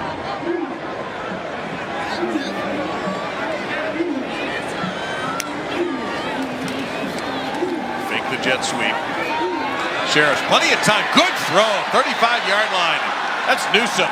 So good out of the backfield. And Newsom 30 yards on that before he was brought down by Christian Johnson. Wheel route with the tailback out of the backfield, putting him on the linebacker. Very well designed play. Good throw by Sheriffs.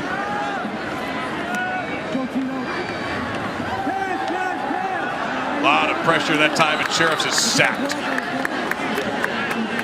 That time, Ernest Suttles, redshirt senior out of Tampa, who still sells insurance in his spare time, in there on the sack. Yeah, the right side of the offensive line, DeGeorge and Vandermark are really athletic, just not very strong. When you have a guy like Suttles that comes underneath on the move, they're not strong enough to keep him from penetrating and punishing the quarterback. The 3 sacks from Memphis tonight equals what they had done in their first 4 games.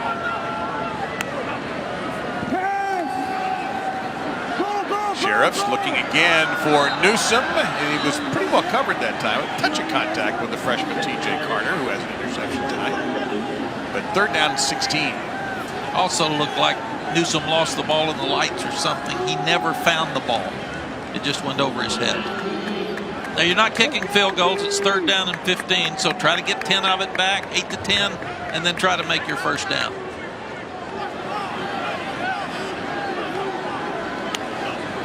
You like their basketball. UConn. Sheriffs trip, but stays up, trying to make something go, and he'll get a little bit of the yardage back off of the sack, but it puts him in a 4th and long situation. Good coverage that time by the backside of the Memphis defense. It's going to be 4th and 13. They know field goals aren't going to win the game. They've got to try to get touchdowns. So even on a 4th down and long, they've got to throw the ball beyond the chains. If you get it underneath, you got to break tackles. So get something beyond the chains and try to get your 1st.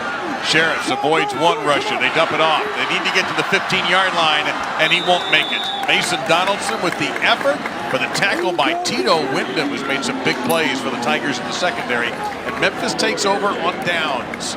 Exactly what Memphis wanted. Get the ball in front of you, get it short, tackle in space, and get the turnover.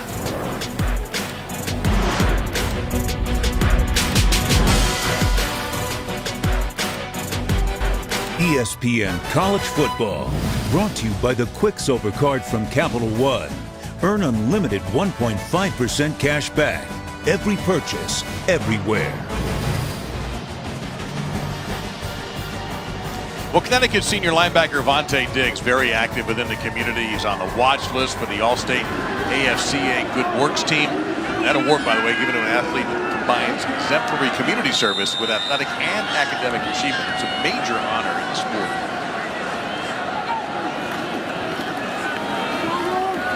On the ground with Dorcius, and he'll get thrown out of bounds after picking up a couple. For more on Vontae Diggs' story, let's go down to Jen. Well, Vontae Diggs just returned a few weeks ago from having a meniscus tear in his left knee.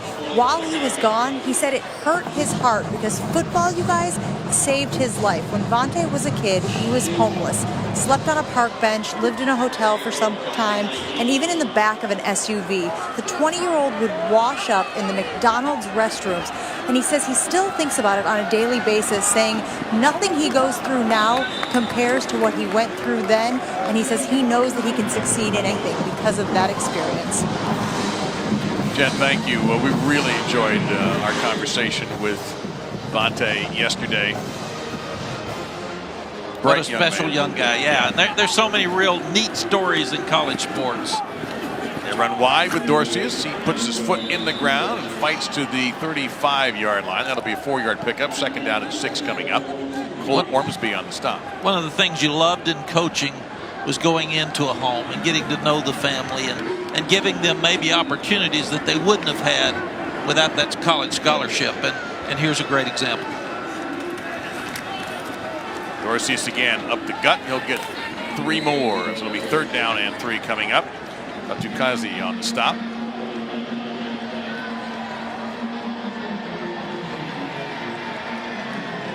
Well, we've seen a little bit of everything tonight, Mac. We've seen Memphis pound it, and we have seen Memphis go deep for big plays. Yeah, they've got a lot of arsenal on their offense. And we see this little look in for a 1st down with Pop Williams making the catch. Jamar Summers is back in the game on the stop. That's a gain of 7 and a 1st down.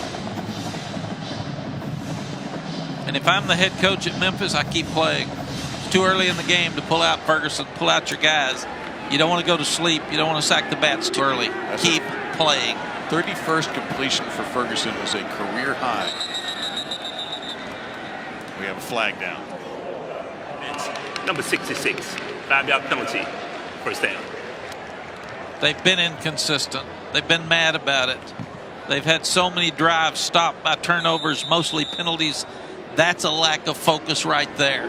Keep your focus and finish this game. 10 penalties tonight.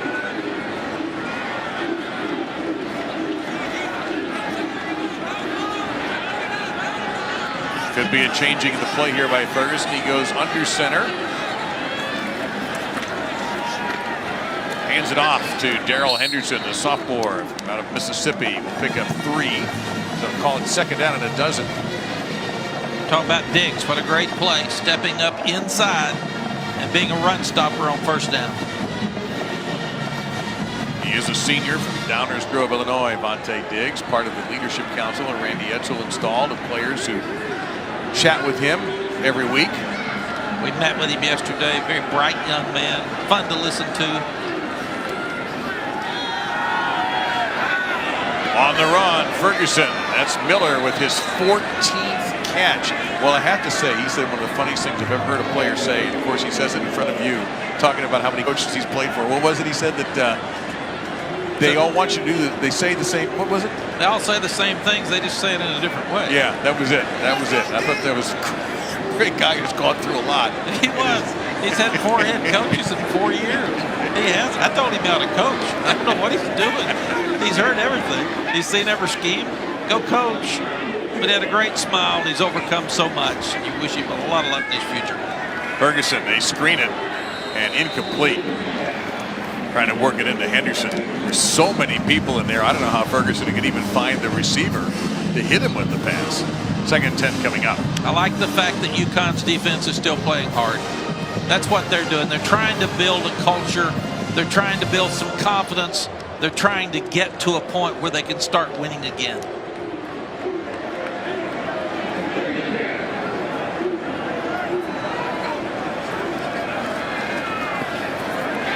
Ferguson, look out from behind, ball's out! Still fought for at the 45-yard line. Did Ferguson get it back? I think he did. Ormsby forced the fumble, and a lucky break from Memphis that it went right back to Riley Ferguson. When you're in traffic, quarterback, tuck it away. Don't leave it hanging out because you're not sure who's behind you, and that's the guy that can strip it every time. And Ormsby comes in, strips the ball, but now Connecticut's got to get on that ball. If it's on the ground, get on it. You've got to own it. It's got to be your ball.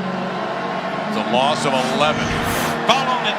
Right there, Diggs. Get on the ball. 3rd and 21. A motion Pollard out of the slot into the backfield. And they'll give it to Pollard. 45. And fighting for some additional yardage. It'll be 4th down and about 8. Junior Joseph and Bryce McAllister on the stop. But Memphis got some of that back and actually gave themselves halfway decent field position for the short punter. We're not talking about his size, of course. Nick Jacobs' job is to try to chip this thing inside the 20-yard line, and he got it down to the 3 the last time he punted. Pollard stays in to cover special teams. He already has a big hit on special teams today.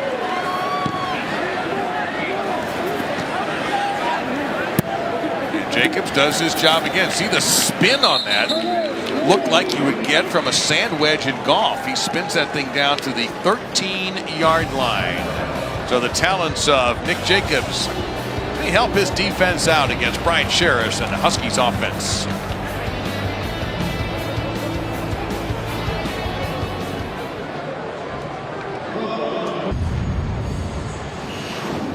It is time for a look at tonight's Backstage Pass.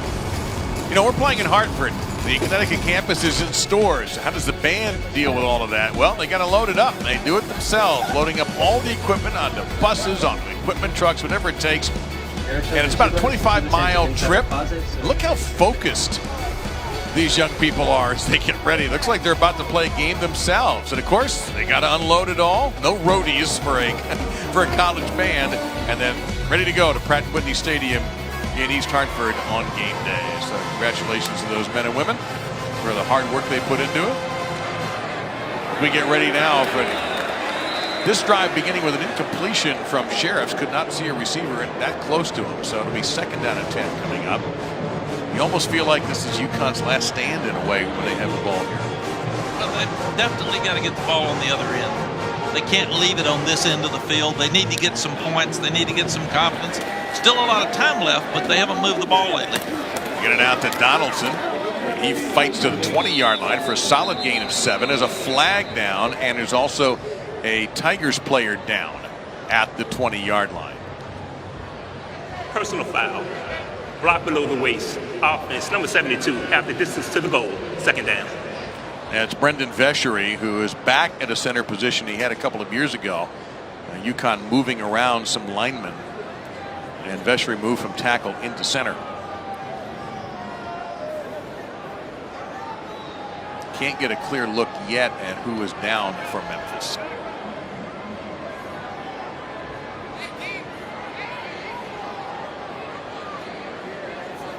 And Mike Norvell going out now. Take a look at one of his players. And we hear it's Tim Hart. And he is the starting middle linebacker for this team. Redshirt freshman from Memphis. There's a good look at number 35. And happy to say that he is walking off under his own power. So hopefully he will be able to return. Head coach walks out there, number 1, to make sure he's okay. Number 2, to send a message to mom and dad that he's safe and okay. And number 3, settle the young man down because he's nervous and scared. And he's not around the doctors near as much as he is, that head coach. So after the penalty, back to the 10-yard line we go. 2nd down, 13. Memphis walked up a defensive back as Newsom is tripped up for a loss back at the 6-yard line by Sharif White, the senior from Grenada, Mississippi. He and Jernard Avery, both from Grenada, both excellent defensive players. Really good penetration up front. Penetration against the offensive line. Changes the line of scrimmage, forces Newsom deep for the big loss. 5 tackles for a loss, Mac, so far for the Tigers defense tonight. Now you got trouble 3rd down and 15. You got to have something safe. Still got to try to make the 1st down. Newsom pats the ball, fires into traffic, and it's incomplete.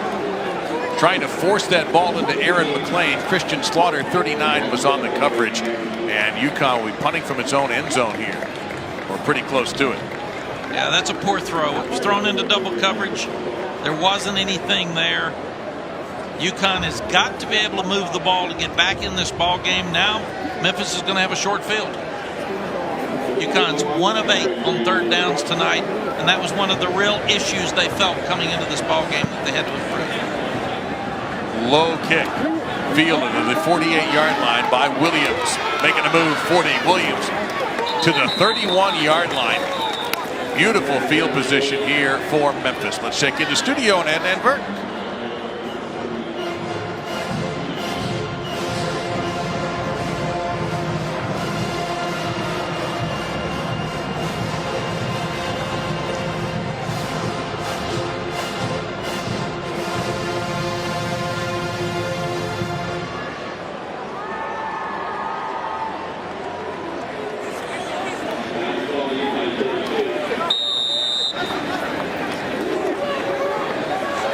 Pulisic. Good to hear that, Adnan. Congrats to Team USA. Dorcius, the tailback. Ferguson looking in that direction, screens the other way, and it's tipped. Excellent defensive play by Luke Carazola. Remember, he had been shaken up earlier, but has come back, played very well. And he comes up with the deflection, 2nd down and 10. Sometimes when the defensive front gets tired, screens are not as effective because they're not rushing as hard. They get tired and they put the big hand up and bat the ball down. That's 14 rushes and 10 passes in this 2nd half for play selection. So Memphis is trying to establish the running game in the 2nd half. Earl Henderson is back in, number 8 of the tailback. Ferguson throws, looking for Miller. Did he hang on to this one? He did. Holy smokes. Seriously. 7 touchdown passes for Riley Ferguson, tying the Paxton Lynch record. Bryce McAllister, the safety for UConn, has him covered as well as you can possibly cover him. He's looking back for the ball. What a grab. Underthrown ball. Anthony Miller is showing us tonight why he is one of the better receivers in the country and gives Memphis a chance to win every week. That's his 4th touchdown catch. He has a season's worth for some receivers tonight, Mac. 15 catches, 224, and 4 touchdowns. He has such great body control. That ball in the air, it's thrown behind him like the other 2 touchdowns. This guy is an acrobat in the air. Ball's thrown up top, turns back over the defensive back, reaches out. Good concentration for the score.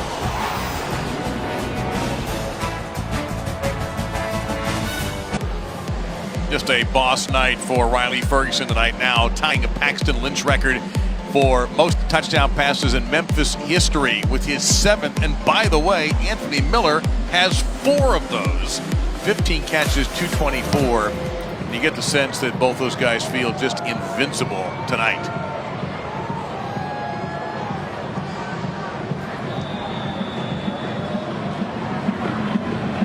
Also, Riley Ferguson with a Tiger Scholar patch that means so much to the Memphis players. There's a lot to the young man. He might even have a chance to play in the National Football League.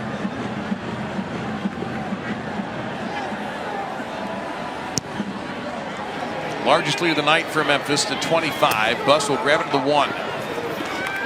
This is beautifully covered by Memphis. And the ball gets out the 13-yard line and brought down to the 8.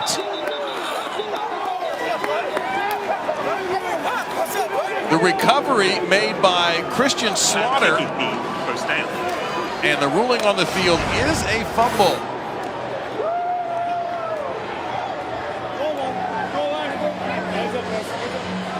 And the hit was made by Kalon Hart, 37, who tore it out. And Slaughter, defensive back, quickly scooped it and nearly brought it in for the 3rd Tigers turnover of the night.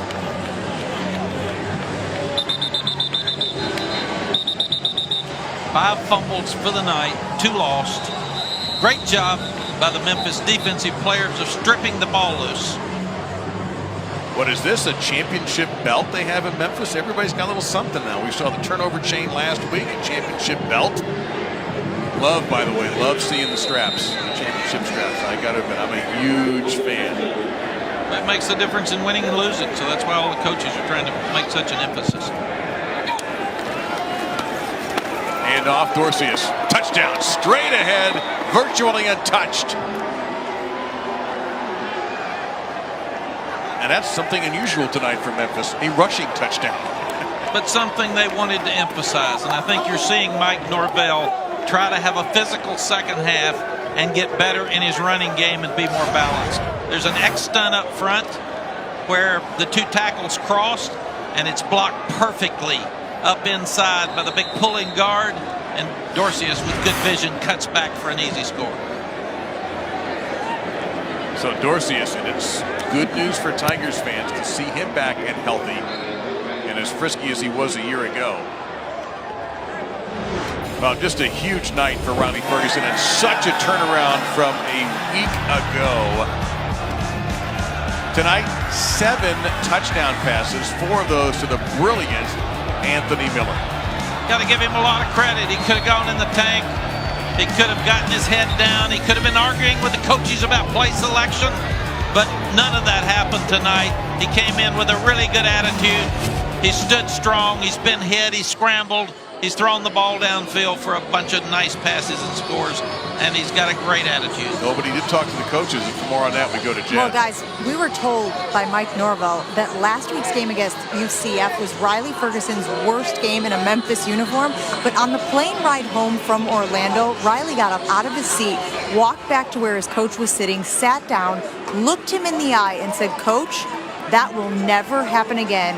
You have my word." Norvell didn't feel like he needed to say anything after that. And guys, it certainly looks like he kept his word in this evening's game. He won't have to go to his head coach tonight. Head coach going to go to him. I can promise you, and give him a big hug. Been there, done that. This will be a touchback for Connecticut with 1:25 to go in this third quarter. You can call him Mitch. You can call him Mitchell. You can call him the starting quarterback for the Chicago Bears. They'll be the Black and Blue division for the Week 5 Monday night matchup. The Vikings and the Bears at Soldier Field. The coverage begins with a Monday night countdown served by Applebee's at 6 Eastern on ESPN. The game, of course, is available on ESPN2 and Espanol. Be fun to watch Mitch play Monday night. Rookie from the University of North Carolina. Did such a great job there. Very, very accurate thrower in college. He had some good receivers at USC as well. Newsom, the tailback for the Huskies. Down the middle of the field. Tough hit made there at the 43. Great catch by Tyler Davis. People would say, what if you're Connecticut's coaches? What do you tell them? You tell them to keep playing because they've got to continue to get better. They're not going to win this game, but you can still improve on a lot of little things throughout the fourth quarter. They're going to pick up a nice gain there of 9 yards for Arkell Newsom. We're taking a little bit look here, Mac, at what's ahead for Memphis. They got a tough one. We have a Memphis player still down at the 48-yard line. And no problem, looks like, with the left leg. I'll say Memphis' next game, they'll be at the Liberty Bowl, but they play Navy. Coach Niemot's got a nice little team again for Navy. And UConn will head to Philly and play Temple on the 14th.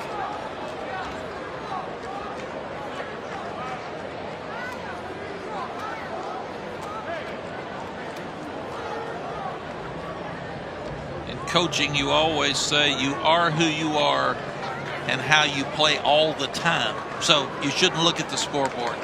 So Connecticut's coaches are telling them, you continue to play hard, like it's the first quarter and the first play of the game, or like it's a tie game. That is number 48, the redshirt senior Ernest Suttles, one of the leaders of this Memphis team. And always good to see them get up and be able to, for the most part, walk off on their own juice.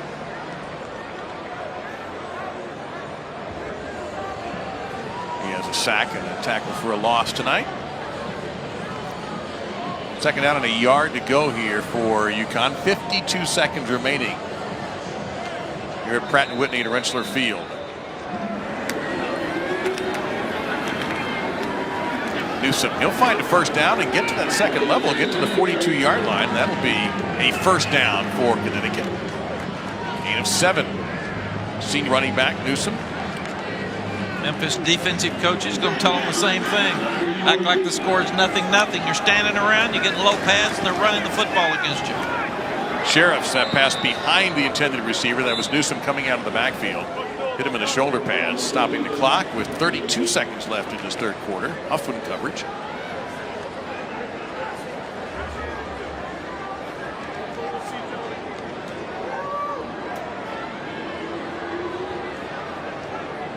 Again, following us, it'll be Boise State BYU. They've had some highly entertaining games in the last few years.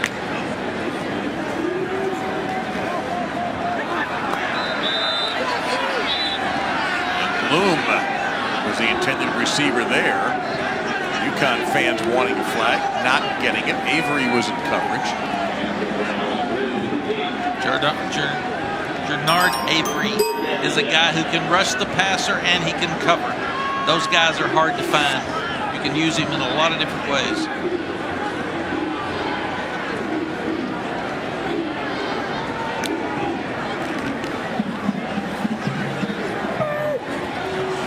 Sheriffs was being chased by 3 white-shirted defenders and tried to get it to Arkell Newsom. The pass was just too low and outside. So fourth down coming up.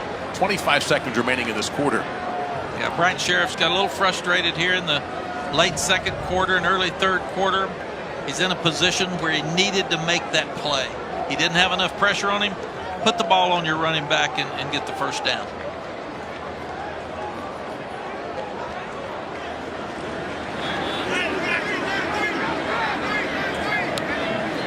Williams Lands it around the 10-yard line. Waiting this punt from Graham.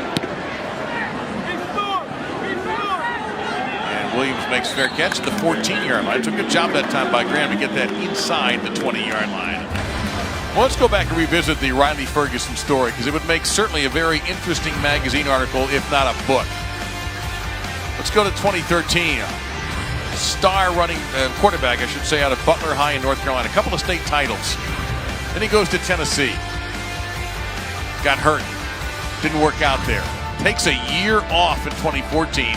Goes to Coffeyville Community College. Becomes the #1 JC player. And then the last 2 seasons now at Memphis, where he has had some huge games. Several with 6 touchdown passes. Tonight he has 7 touchdown passes. And now he has a seat on the bench as David Moore will come in to replace him. Here's Henderson on the carry, and he will get to the 33, maybe the 34-yard line for a first down. I am still blown away by the fact that after he left Knoxville, Mac, he was out of football doing odd jobs and just could not find a home. So he said he was painting fences and detailing cars. I think he'd get tired of that and go back to school.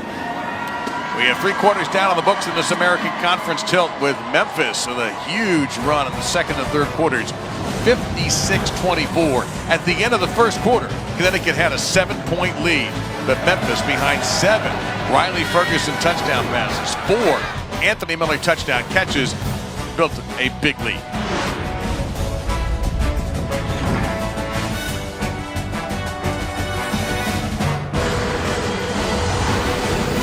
Building relationships is so important to head Memphis coach Mike Norvell. He told Riley Ferguson, his starting quarterback, when he was replacing Paxton Lynch, yes, you're replacing a guy who everybody loved, who was quite successful.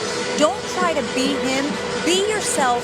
Go in and work. So one of the things that Ferguson did in 2016 was to attend every single position player's workout. He started it early in the morning and went late at night. Just wanted all of the players on his team to know that he was there for him, that he was going to put in the work and could be counted on. He certainly has shown that this evening, guys. 7 touchdown passes you saw, matching one of their quarterback this year. So Dorlan Dorsey is with the carry. David Moore, who redshirted last year out of Alpharetta, Georgia, and Milton High School, is now the quarterback. Number 2. David 8 there, second down and 2. Great chance here for Dorsey to get the reps back. He has missed so few carries coming into this game. He only had 4.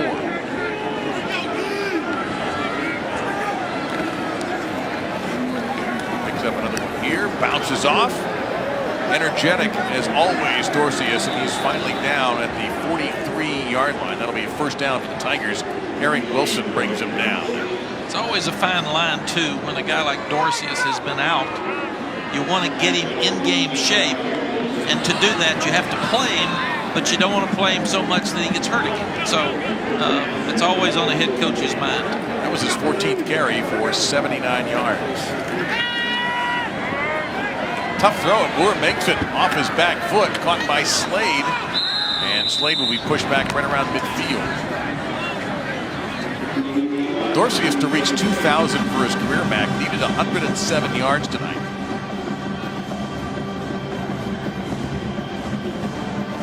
One thing I did poorly as a head coach was when we were way ahead, putting the second team quarterback in, not letting him play. It's important you have your whole offensive package in for this quarterback, like you did when Riley Ferguson was in. Dorsey is fighting, turning a 0 play into a 1-yard gain. Connor Freeborn, number 88, on the stop for UConn.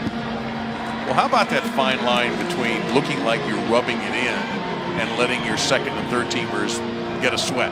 It's really tough, but you should let your second and third teamers play because they've earned that right to play, and they're one snap away from playing because of lack of depth. Moore on the keeper, and he'll get to the 20-yard line before he is cut down. That'll be another first down for the Tigers. Tackle made by Jamar Summers. Gain of 10.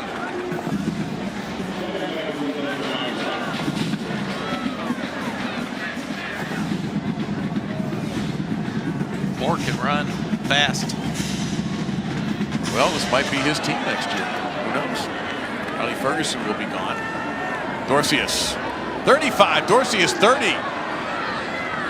and dragged down at the 27-yard line by Summers. That's 13 yards for Dorsey as he gets ever closer to 2,000 for his career.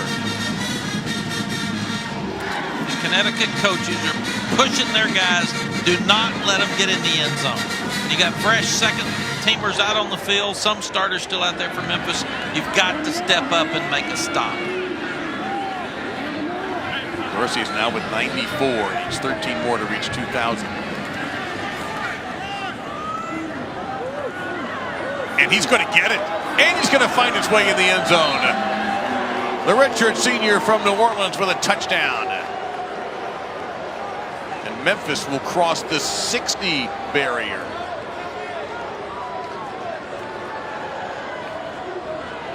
Yeah, that was a very poor series by UConn's defense. They didn't look like they were into it. They didn't tackle well in space.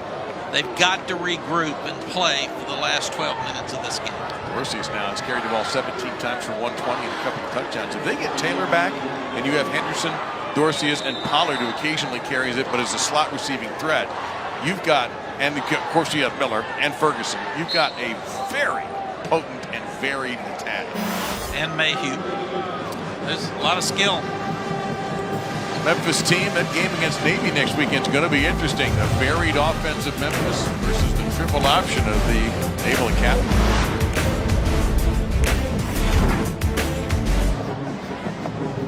That's a heck of an achievement when you can do that in your college career, to run for over 2,000 yards. So our congratulations to Darlin Dorcius. Memphis comfortably in front here on their way to victory, ranking up 63 tonight.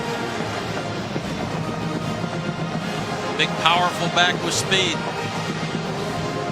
This American Conference race is going to get really interesting. The rest of the year, it's going to be fun to watch.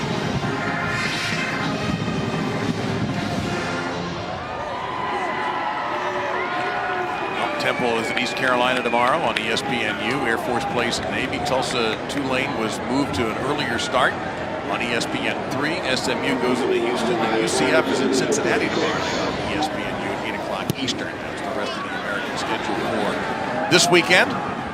Bus in the goal line. Trying to fight his way through, and it's a nice return from Bus. He gets outside the 30 to around the 31 before Augustus in there on stop. Let's check in with Ed Anver.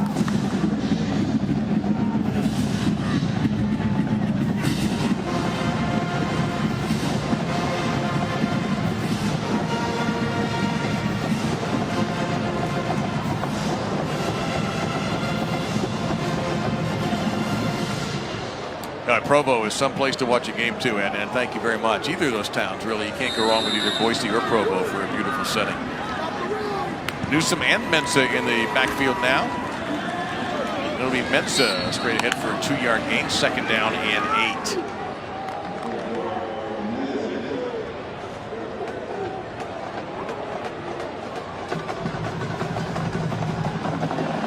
Now an opportunity for some of the Memphis third stringers to get in. Joseph Dorcius.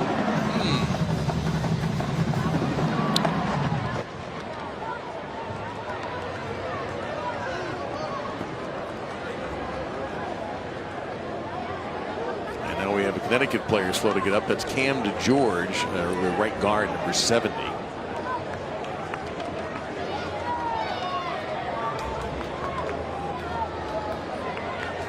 Looking at an ankle there for him.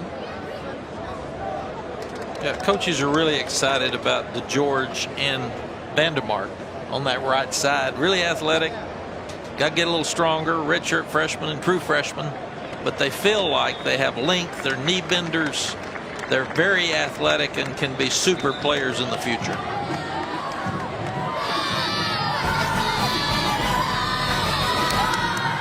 Tomorrow, the Paul Bunyan Trophy on the line at the Big House. Michigan State and number 7 Michigan, 7:30 Eastern, 4:30 Pacific on ABC, and of course streaming live on the ESPN app.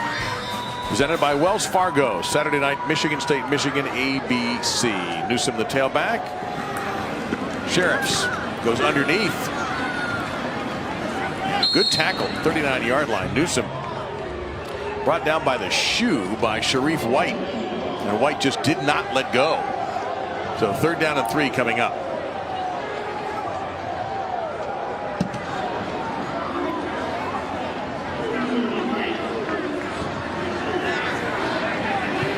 substitution here for Connecticut.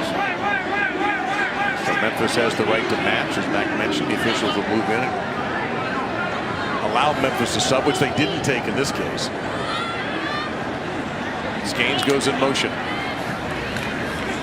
Sheriff's quick throw into the face of the pressure. He got hit, but Skanes comes away with the football and a first down, and Sheriff pops right back up.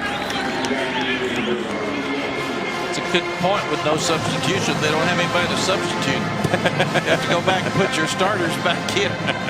And they're already tired on that bench, so they're not going back in. They've sacked those bats. UConn is now 2 out of 10 on third down. That is a key stat in the game today, especially going back to the first half. They really struggled on third downs on both sides of the ball. We see Connecticut slowing it down too. They understand fourth quarter, 10 minutes left. Let's get this thing over with, but they're still trying to work on their offense and get some things done. And football has become the odd sport where going slower makes the game faster. By slowing the pace of your offense and taking more time off the clock, it actually speeds the game up. And Lashley told us that sometimes hurry up is screw it up. He did tell us that when the defense is struggling, you don't need 3 and outs. Here's Beals, and he'll get hit out of bounds and too far out of bounds. This is going to be a personal foul penalty against Memphis as well on Josh Perry for the tackle out of bounds. So UConn will get some nice field position out of this. And this is a good drive by UConn. It's they're still trying to score, and it doesn't matter who's out there on defense. That's not your responsibility. Personal foul. They hit out of bounds. Defense number 4. 15-yard penalty. Automatic first down.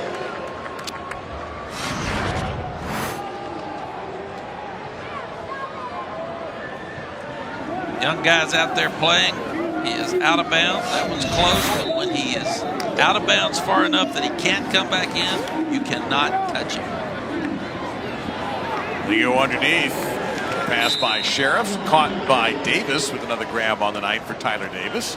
And that'll be a chain mover. First down for UConn to the Memphis 13-yard line. And the Huskies still have their first team out there, but they're still learning. They have to continue to work and get better to get this thing turned back in the right direction.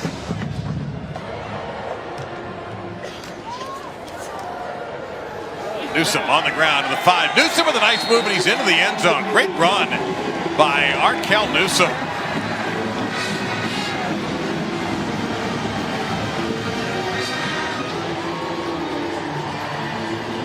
With 93 points in this game.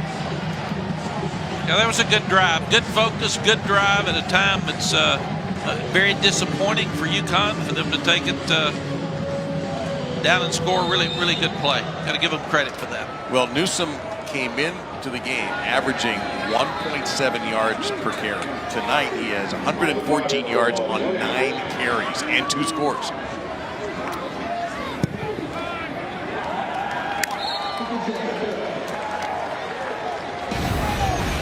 So Arkel Newsom with a breakout game tonight for UConn. 63-31. May reach 100 points before this one's over with.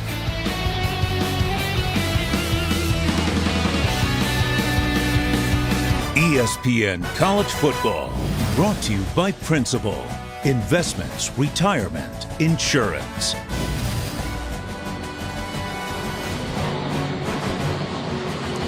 Take a look at the Burton Family Football Complex right there on the UConn campus in Stores. It is gorgeous. Built 11 years ago, it was the first LEED, that's Leadership in Energy and Environment Design, certified facility in the country.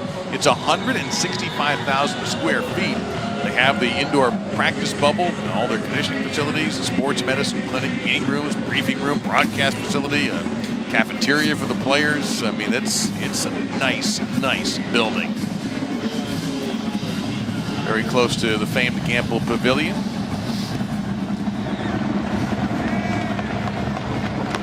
Well, they kicked it to Tony Pollard. Let's see what happens. They're going to get him. Man has returned 2 on the season and is averaging 40 yards per pop. It's brought down by Tyler Coyle at the 26-yard line.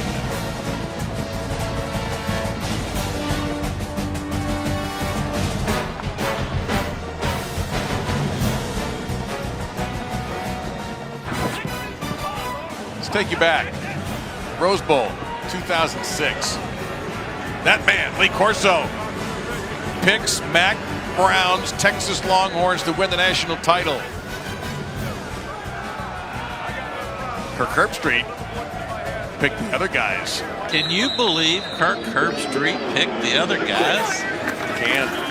And by the way, we all know who was right. And tomorrow's a big day on game day. The coach's 300th headgear. We have a penalty marker down here. And in teams for you, when he picked for you, pretty good. When he picked against you, he won too. He must know what he's doing. Yeah, I should have asked you. I should have watched more game day when I was coaching. I'd have had an idea whether we were going to win the game or not. Offense, number 50 and 75. That's a half the distance to the goal. First down. This is the second time we've had a chop block penalty called tonight. We've had a targeting call that resulted in the ejection of Memphis's Austin Hall. He will be eligible to return. It was a first half ejection, so he will be able to play Saturday against Navy in the Liberty Bowl. Memphis now with an even dozen penalties. But they have been 5 for 5 in the red zone, which was a concern, and 11 of 17 on third down. So they're going to leave tonight feeling a lot better about their consistency on offense. Moore, a little run pass option. It's completed out at the 15-yard line, and that's going to be Moore to the 33, to the 34 for Shane Slade. And let's check in with Ed Nanberg. And now.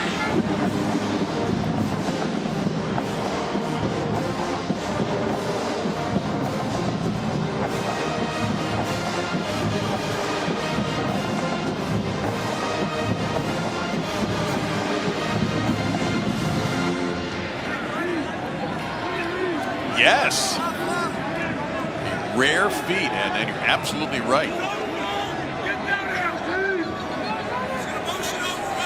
That will be on, of course, with the crew tomorrow. As Moore will keep this one. He's got room to run. He'll get into UConn territory, brought down at the 46-yard line. Watkins brings him down. That's an impressive pickup for the redshirt freshman from Georgia. 22 yards. This guy is fast. You look at David Moore, he comes out with a run pass option. He turns it up. Easy first down for the young quarterback. The right decision there. And you can see Memphis is slowing it down now. They're trying to get this thing over with and go home. And over 90 plays for Memphis tonight, only 66 for Connecticut. The Connecticut defense is just worn out. Dorcius. Ridden down for no gain by Sheridan Lawley, number 50, out of British Columbia. Dave, you mentioned our Saturday show. Kevin Nagandi and Booger and I are having fun. You sit there and watch 24 games all day with ABC countdown to kickoff, and you get to see the world of college football. And what person out there wouldn't like doing that? It's a cool job on Saturdays. A lot of fun. And I'll get to watch Coach Corso in the morning. I'll get to see game day, so that's fun. Well, he'll be in Texas, in Fort Worth, with West Virginia TCU game. Complete pass there, evening 9 a.m. Eastern. We have all gotten so used to watching Coach Lee Corso put that headdress on of some kind to tell you which team he is picking for so many years now. It's fun. It's just part of the tradition and history that we have at ESPN and with college football. Good for him.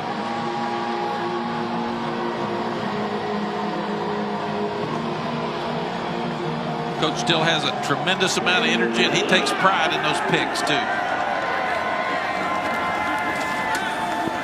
Moore out to the 41, to the 42, fighting for first down yardage.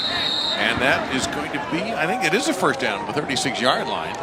Ross Burcham, tight end for Memphis, getting an opportunity. I can't imagine a Saturday morning without him. No. And it's been so long, we wouldn't remember one without him. No, we wouldn't. He was a great coach. He's been a friend of mine for many, many years, and I just love being around him, love watching him, love his energy. Sense of humor, too.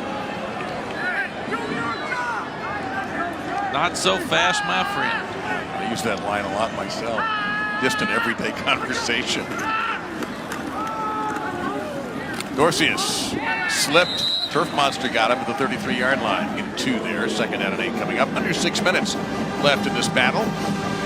Memphis will improve to 1-1 in the conference and 4-1 overall. Dream night for Mike Norvell. He gets to work his backup quarterback. He gets all of his twos to play. Moms are happy. Families are happy. Helps recruiting. Helps you with your depth. It's just a wonderful night. You can't get your backup quarterback many live reps in a lot of situations. So they'll go home happy. And they'll know they can bounce back after a defeat. It does not take long to fly from Orlando to Memphis, but it probably felt like a long flight a week ago.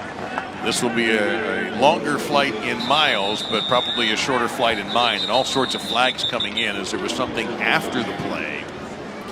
And we also have a Connecticut player away from the flags down on the near sideline around the 35-yard line, just outside the hash.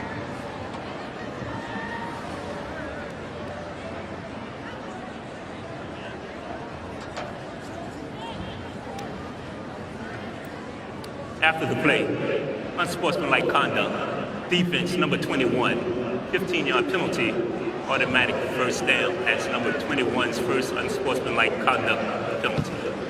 A second would result in an ejection.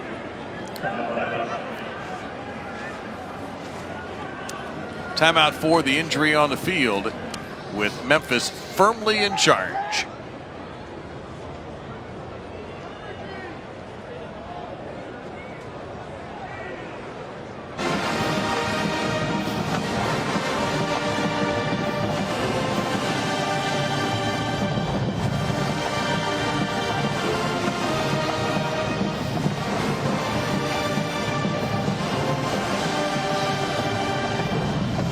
All right, and thank you very much. Riley Ferguson's evening.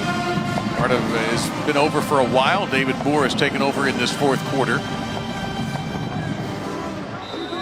Memphis is creeping up to a total yardage record for a game. They have 690 already. I think it's 15 more. They'll break a record for yards in a game. And Dorsey is having a big night in this second half. He'll pick up 4 more. I mean, they're going to give him 5 now, so it'll be 2nd down and 5. Coaches and players that are out there listening also understand one of the more fun times for a college football team is in the dressing room after a win on the road and taking that trip home together. And Connecticut, you've got to go back last century, almost 100 years since they've given up this many points. Memphis could break that record.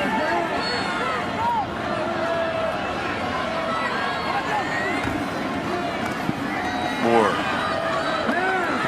got a receiver in the end zone. If he wanted it, he'll go out of bounds instead. And that's close to a first down, but one official has him marked short by a yard. Stops the clock. 4:15 remaining in this one.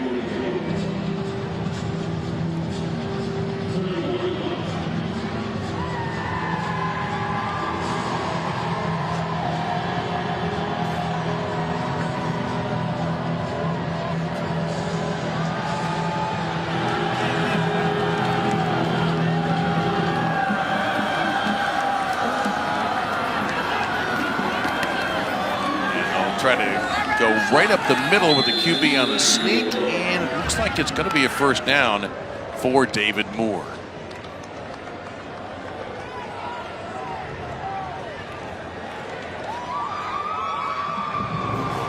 This is a tough situation for Mike Norvell. You really don't want to score, but you may not can help it. You hand the ball off up inside.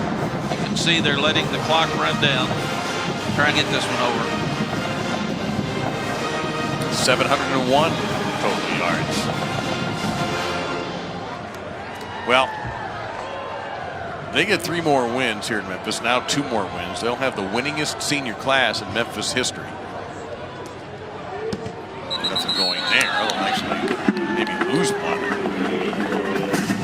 So Memphis football has become a factor in the game, certainly in the American Conference. Randy Edsel and his bunch just have to go recruit. Go get more players, more depth. He's the right guy being back in Connecticut. He knows these high school coaches. He's been successful here before, but he also knows they've got a lot of work to do. Well, he is an avid jogger. Takes an early morning 5-mile run. Says it clears his head.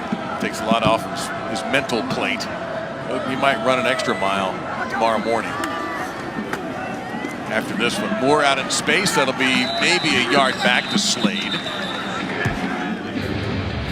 Take a look at Riley Ferguson and tonight's performance, the Comfort Zone, brought to you by Wrangler. And what a performance it was. 7 touchdown passes, 431 yards, 34 completions. The 7 TD passes ties a Paxton Lynch school record. 4 of those to the amazing Anthony Miller. There's Pollard with 1 there. Just throws it up, knows Miller's going to defeat most defensive backs he's going to run into. So a big night for Ferguson and a great win for Memphis, bouncing back after a tough loss to UCF. Moore looking at the end zone. Big fight for that football, knocked out of bounds.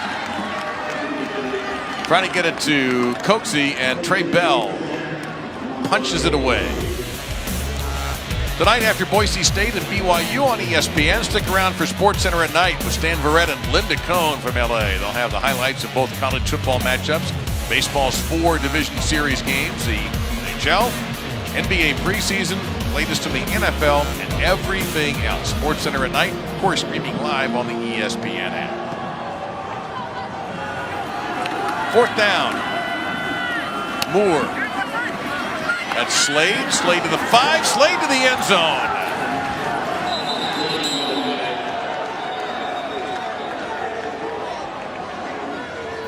But there's a flag down at the 6-yard line.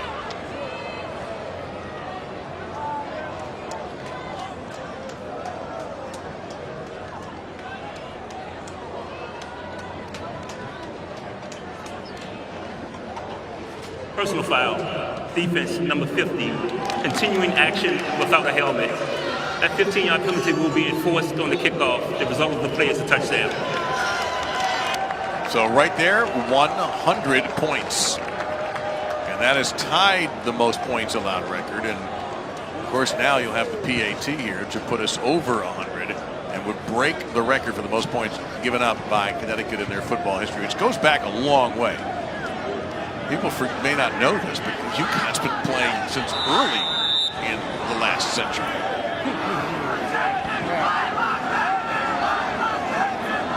Coach Etzel told us, until they can start winning, they got to find things tonight that they did better than last weekend and try to build on them. And that's what you do. And he's playing a really good team tonight.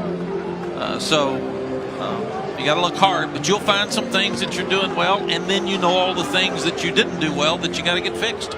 Well, that's a record for total yards for Memphis, 711, and the record for most points against Connecticut at 70. We have a $142 remaining in this one. We got to remember, at one point, this was 21-21 ball game. It was 14-7 UConn at the end of the first quarter. Yeah, right before the half, 21-21. Yep. So they'll go back to fast start, and that they played well early and then turned the ball over too much. They didn't make enough third downs. They didn't score in the red zone. Got to tackle better in space on defense. Memphis will go home. Coach Norvell can yell at them about still too many penalties. And he has a reason to do that. They're in the double digits on penalties tonight. I think it was 12 the last count we had. But Randy Etzel has tasted success at Connecticut before.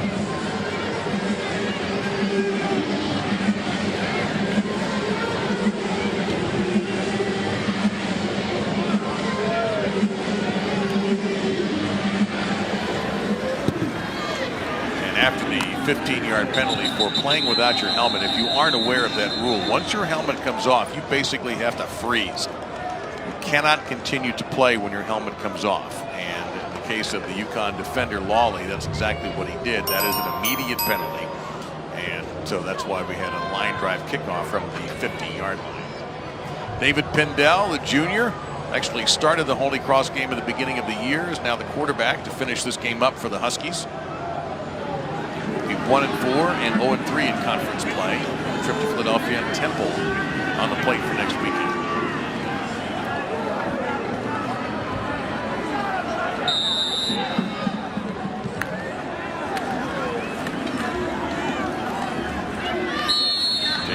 touchdown tailback. Brian Sheriff's finished his night 21 of 35 for 310 with a pick and the touchdown pass.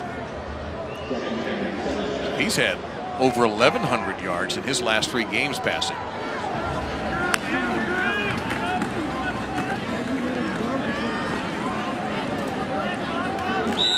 Classy move by Connecticut. Run the ball.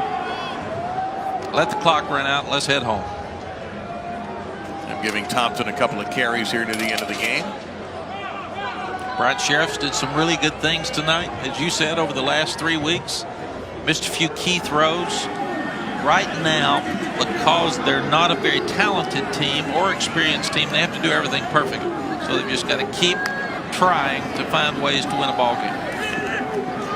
Goodell looked like he wanted to let loose. Instead, he's going to be sacked. And that's Dorcius with the sack. So it's a big night for the Dorciuses out there. Dorsai? Anyway, he comes up with a sack, and it's going to be 4th down. I want to take a moment, of course, as always, to thank our crew and to thank everybody from Memphis and Connecticut, coaches for their time, folks for helping arrange all of that. We certainly have had a couple of great meetings with these guys. I want to thank our group here as well.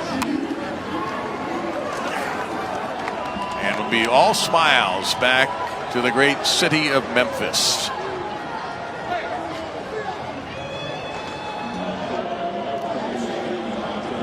Dorcius with 2 rushing touchdowns. Miller 4 receptions. Ferguson 7 touchdowns. Memphis wins this one 70-31. Coming up next, Boise State versus BYU. We say so long from East Hartford, Connecticut. Good night, everybody.